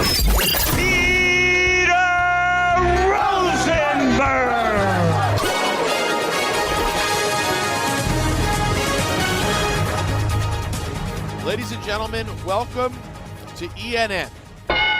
Ray-Ro. You ever watch YouTube? Now listen, I want to handle a couple of things before we even get into ENN. All right, first and foremost, let's get the let me give you this first. I want to hit you with your update. Yeah, your update for your leaderboard, brought to you by Schweppes. U.S. start of the day, not great. Almost found themselves down 4-0, instead 3-1 early on in the first part of the Ryder Cup, all in front of President Trump. He couldn't have loved that, especially considering he walked out the first group to the tee box. We were down before. We were down in 1776. Came back in that one, too.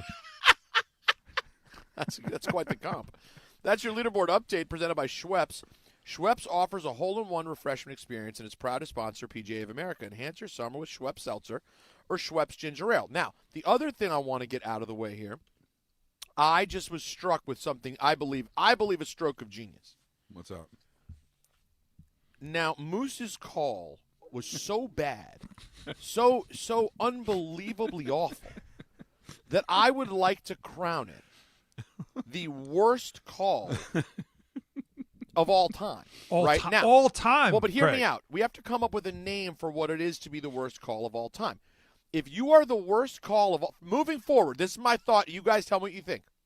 If you give us, and it could often be Richard, if you give us what we rule is the worst call of all time or of the time or whatever we call it, you are banned until someone replaces you as the worst call of all time. I like this. I like that. That's a great stipulation.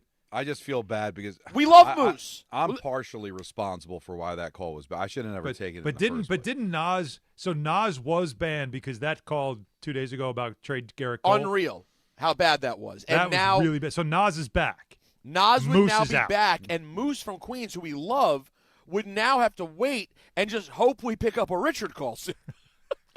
Moose was high as a kite. Now, what do you guys think of this though? People, No, I like it. That way we get to root. That way when the call starts getting bad, listeners are rooting. Get worse. Just be worse. It's just one more thing now for Anthony to keep track of. He loves that. Now he has to write this down in the control room on the wall. So we have it. You remember it was X amount of days since a Don rant. We almost have to now have ban call. Current worst caller. Who Or is- it's like a ranking, and if you're at the AP number 1 worst caller, you have to get knocked out before you call back in. All right, just a thought that. It's a new thing on the show. Got it. Like it. All right, guys. Welcome to ENN. I'd like to start off this big old ENN by saying good evening, please, to Don and Alan. So 1, 2, 3, 4, 5, 6. It's 6. Okay. All gave you, and no one gave up a run. Yeah, I mean it's. Oh my God. What's the matter? That we are, it ends up 1, 2, 3, 4, 5. Yeah, you were right, 5. Okay. I can't count. I can't.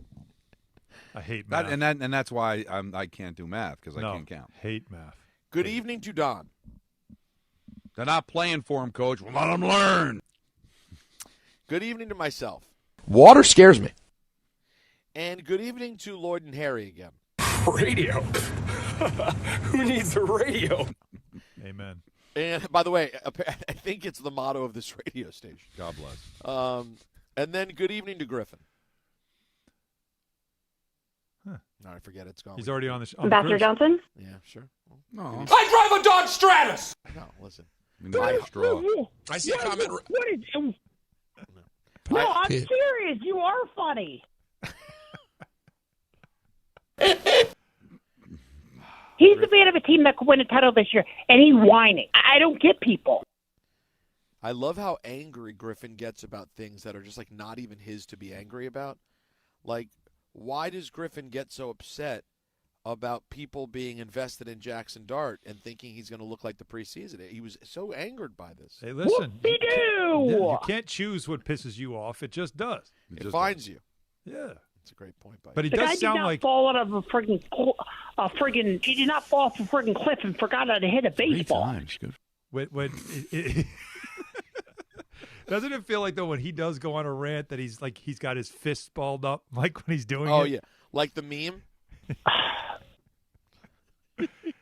He's great though. Hope he has a great time on the cruise. Yeah. No, we love Griffin. Have a great time, buddy. And if you find a phone line, give us a shout out. I hope that great time is the first time. Amen. Never forget it. God bless. Can you find the God bless drop? I think that needs an official. Yeah, we need that. It needs the official. When Don says he hopes Griffin's best time is the first time, it deserves this. I got to tell you. No, it's hard.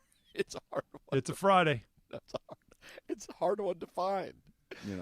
You'll find it. It's fine. We'll get there. I don't want it now. Now listen. I don't want it now. It's too late now. No, that was so subtle. Now, I don't want it now. No. You just mentioned liking the Ravines, Alan. Yes. Well, it should be noted that Xavier Worthy, Kansas City's fastest wide receiver, and of course a major part of their offense, is expected to be back and in the lineup against the Ravines. That's a big development. On Sunday, yes. Also, if anyone out there is thinking about throwing down on the Jaguars and the Niners, Kyle Shanahan says QB Brock Purdy will be back in effect. Unfortunately, in full effect. The same cannot be said about Jaden Daniels. Commanders will be out without Jaden Daniels for the second week in a row. And this time without Terry McLaurin as well. Now, I heard from a source that I can't reveal. Oh, boy. Someone who is in the know, though. You would agree, Alan, this man who I talked to is in the know. Very much. Very much in the know. Yes. Said he is hearing Daniels back weeks 5 to 7. Which So this isn't precautionary then this week. That's the if what I So heard, it's really a sprain. If what I heard is true, then yes, it feels like it's actually a sprain. And you would be looking at, here's the thing.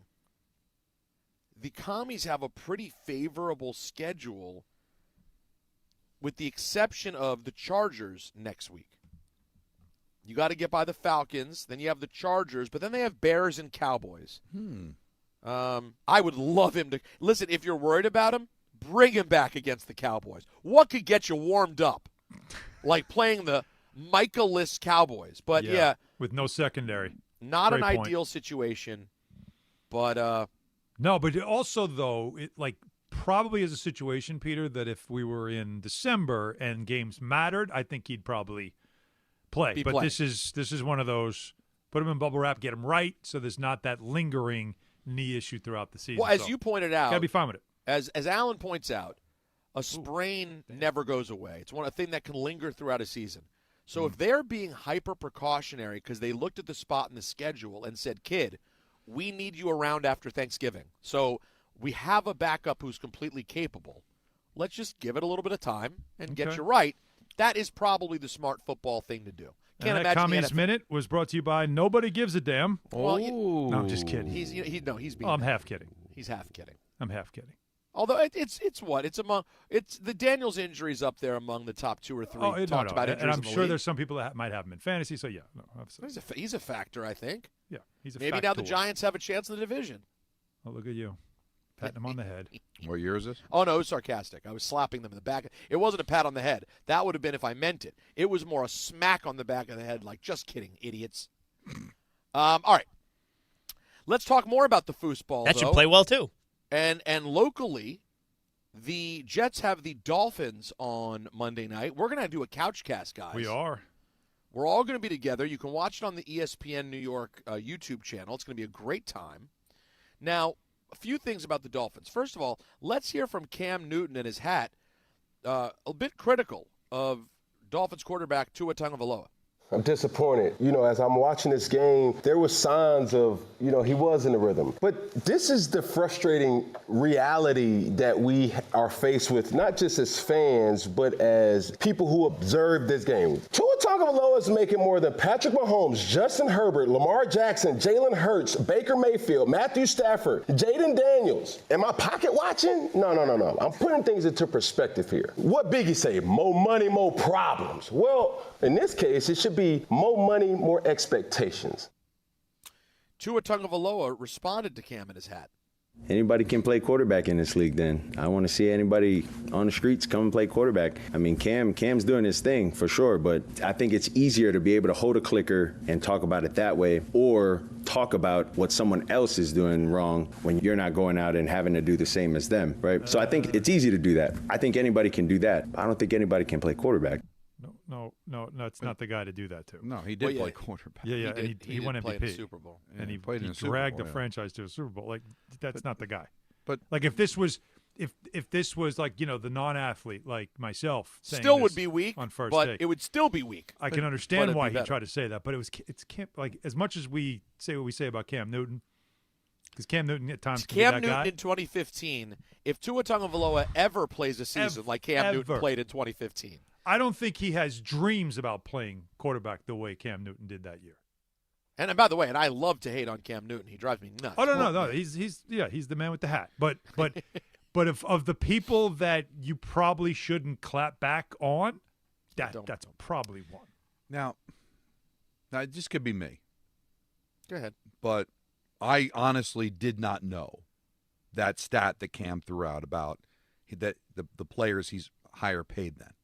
Did you? But it's a meaningless stat. Well, the reason I think it's meaningless in football is once you become a starting quarterback, and there are automatically going to be expectations, no matter how much money he's making. I don't think there's any pressure on him based on the money he's making. I don't think people know or care. You're the quarterback in an NFL franchise. There were expectations where you were drafted. There were expectations around what you had done before when you were healthy. It has nothing to do with the money. I don't Everyone follow gets the money. You get the money. If you're up and you're playing good quarterback, which he was when he was up, you get a huge bag of cash. That's how it works. Right. I got news for you. He's not going to be paid more than Jaden Daniels when Jaden Daniels is up in 2 years. It's going to rotate around. It's just about the timing. So I think fans usually don't care. We just assume quarterbacks are paid a lot of money. Who's higher paid? It doesn't matter. The expectations are based on, hey, we thought this kid was good. And their success in Miami's revolve around him, and there comes the pressure. Josh Allen, the pressure comes from the fact he hasn't been able to win the big one yet, not how much money he's making. I think that's more of a baseball thing because we know the salaries, and because there's no cap, there's automatic expectations on the amount of money the franchise paid for you. And with a small market, big market, I can't afford other guys. I don't think it's a quarterback. I think we just know they get paid a lot, and as soon as you become a starting quarterback, there's pressure. It's a silly con. That's pocket watching. Now back here to the Dolphins. This just in, a very emotional Dolphins defensive coordinator, Anthony Weaver, has said about his Dolphins defense, quote, "We're going to change the math through violence, and we're going to whip ass." Oh boy! Watch out, Justin. Watch out, Garrett. The Dolphins are coming to town with a chip on their shoulder. Violence. That almost sounds like a Freddie Kitchens quote, not an Anthony Weaver quote. Doesn't it? I'm going to change. Read it like he would. I'm going to go back to the quote now. Very confusing. Read it like he would. There you go. I needed that. Yeah, you needed that. I'm finding myself right here. I just want to say it's me, Freddie Key. And what I'm going to do here is I'm going to change the man. I'm going to change the man the only way I know how. That's so stupid. Through violence. You hear that? 1 + 1 equals whip ass. That's what I call Freddie Key-economics.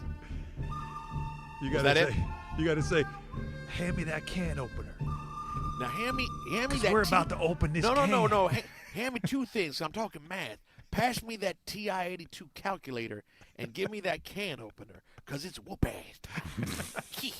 Do you know that the Dolphins? This is where all right. If there's a prop bet for a turnover by the Jets, bet it. The Dolphins are trying to avoid to be the 5th team since the 1970 merger to not only start a season 0-4, but also do so without forcing a single turnover. Good gracious. They have not forced a turnover yet. And then we're heading into Week 4. Speaking of Week 4, it is time for your Week Yes. 4 NFL announcer lineup. All right, we're going to wake up bright and early and go to Ireland. That's right, mate. No. What do they say?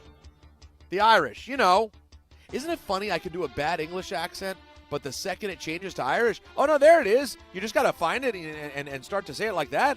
Right, Don? Yes, there you go. Found it there. We got the Vikings and the Steelers in Ireland, 9:30 a.m. on NFL Network. Interestingly, though, the broadcast will be Joe Davis on the call. Oh, my gosh! He'll be joined by Greg Williams.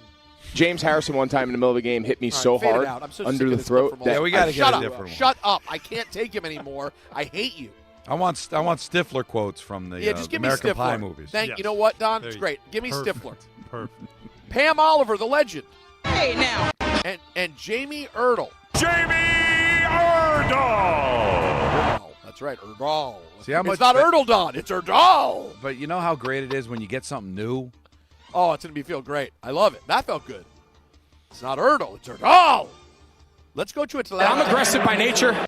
There we go. Oh, Let's go to Atlanta, get ourselves a cheap hot dog, and watch the Commanders without Jaden Daniels against the Falcons. 1 o'clock on CBS, the old NFC CBS clash with our friend Ian Eagle on the call. What is happening here?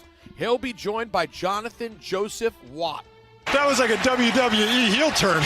And the lobby is bustling. There is an energy here. we stay at CBS. Don't ever change that one. We stay. No, that never changes. You got to know. You got to know which ones. We stay on CBS at 1 o'clock, but we take the trip up to Buffalo to see the lowly Saints at the Buffalo Bills. Andrew Catalon. Go going up high and bringing it down for 6. Charles Chuck Davis. Take your shots downfield, Carolina.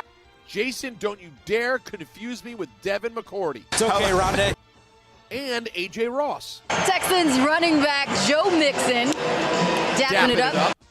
Now, we move over to Fox, but we stay at 1 o'clock.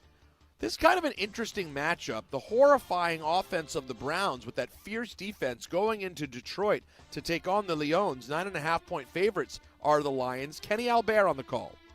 Most people would probably not know that I could play the piano by ear. He'll be joined by Jonathan and Megan O'Leary. The Trophy Hall of Fame, sick. 1 o'clock. Now, here's a game. If this game was on a Tuesday at noon, you'd believe it. But it's not. It's the Titans and the Texans. Like you nightmare about. CBS. The person forced to take on this duty is the great Beth Mowins. Call your neighbors, call your friends, heck, call your enemies. She'll be joined by Ross Tucker. Indiana Jones and the quest for a winning season.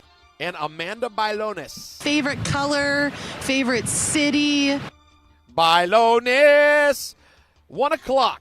We go to Fox. Another game that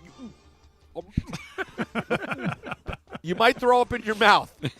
The Panthers and the Pats at 1 o'clock. Chris Myers on the call. Hi, I'm Chris Myers. He'll be joined by Stink Schlereth. Lick my fingers and touch it. And the great Jen Hale. A down-to-the-wire thriller. Now, that's a Super Bowl rematch to you and me. It really is. Boy, a lot has changed. Now, the Chargers and the Giants. A lot of TVs in the Tri-State will have this game on at 1 o'clock. CBS. Kevin Harlan on the call. Okay. Some guy with a bra. He'll be joined by Trent Green. Holy smokes. And Melanie Collins. This rivalry never disappoints. When you Derek, take me through that run. Well, I'll tell you who's playing this 1 o'clocker on Fox, and you can tell me who's on the call. It's the Eagles and the Bucks. Oh, Eagles and Bucks. That's going to be a Burkhardt vehicle. That sure is. Kevin Burkhardt. These are definitely not pumpkins. He'll be joined by the Raiders man himself, the unbiased Thomas Brady. He's taken a lot of sacks. Aaron Andrews. All right, old man, I can joke with you about that. And Tom number 2, Rinaldi. How spectacular and great is this? Which leaves us in the 4 o'clock window, 4:05. And smells like a Sunday morning, maybe a Saturday morning. It doesn't smell that good. But you know what? We can fit it at 4:05. The Colts and the Rams. Alan and I all in on the Rams. Kevin Kugler on the call. And it's caught! It's a touchdown! He'll be joined by Daryl Johnston, a.k.a. Allison Williams on the sideline. We stay in the 4:05 window. Here's another dog ugly game. Shoe ugly, some would say, Don. The Jaguars and the Niners, but the Niners will have Brock Purdy back. It's a Fox vehicle with Adam Amin. Now stands erect. He'll be joined by Mark Sanchez. Just like a bad hair day, man. Find a hat, get through the day, and go get a haircut tomorrow. I don't care how it looks. We got to survive here. Christina Pink on the sideline. Oh, yeah, the swagger is back. 4:25. Now you talk, oh, my God, is that 1977 Suzanne Summers? I think it is. The Ravens and the Chiefs. You know who's on the call. Jim Nantz. Hello, Fritz. That's right. He'll be joined by Anthony Romo. Nance needs a bathroom break. And Tracy Wolfson. Are you kidding me? And then there's another 4:25 game that no one will watch unless, of course, you're in Las Vegas, maybe some parts of Oakland and Los Angeles, or Chicago. The Bears and the Raiders. Spiro Didi's on the call. Spiro Didi's? He'll be joined by Adam Archuleta. Adam Golden Archuleta. And Aditi Kinkwabala. Joe Flacco, do you ever age? The Sunday Nighter, God, at the beginning of the year, you thought sexy. Now you're thinking blowout city. But two marquee franchises, two old-timey football squadrons, the Packers and the Cowboys. Don's all in on the Pack. Mike Tirico on the call on NBC. They still seem to resonate. There are 3 teams. Chris Collinsworth. Amongst huge people, he was huger. And Melissa Starks. Josh came over and said, Monday night double play, but listen, it's all about one thing. You have the Jets-Dolphins at 7:15 on ESPN. You got the Bengals-Broncos at 8:15 on ABC, but bump all that, you got the Couchcast, baby! Yes! ESPN New York's YouTube channel will be there at 7:15 p.m., and that is your NFL announcer lineup for Week 4. Monday, 3 o'clock. Enjoy the weekend. Mets Marlins up next. Do you have trouble getting in and out of the bathtub? Are you afraid you'll slip and fall entering or exiting a tub? Safe Step walk-in tubs can transform your bathtub from an area of concern to a calming refuge. Call them today at 1-800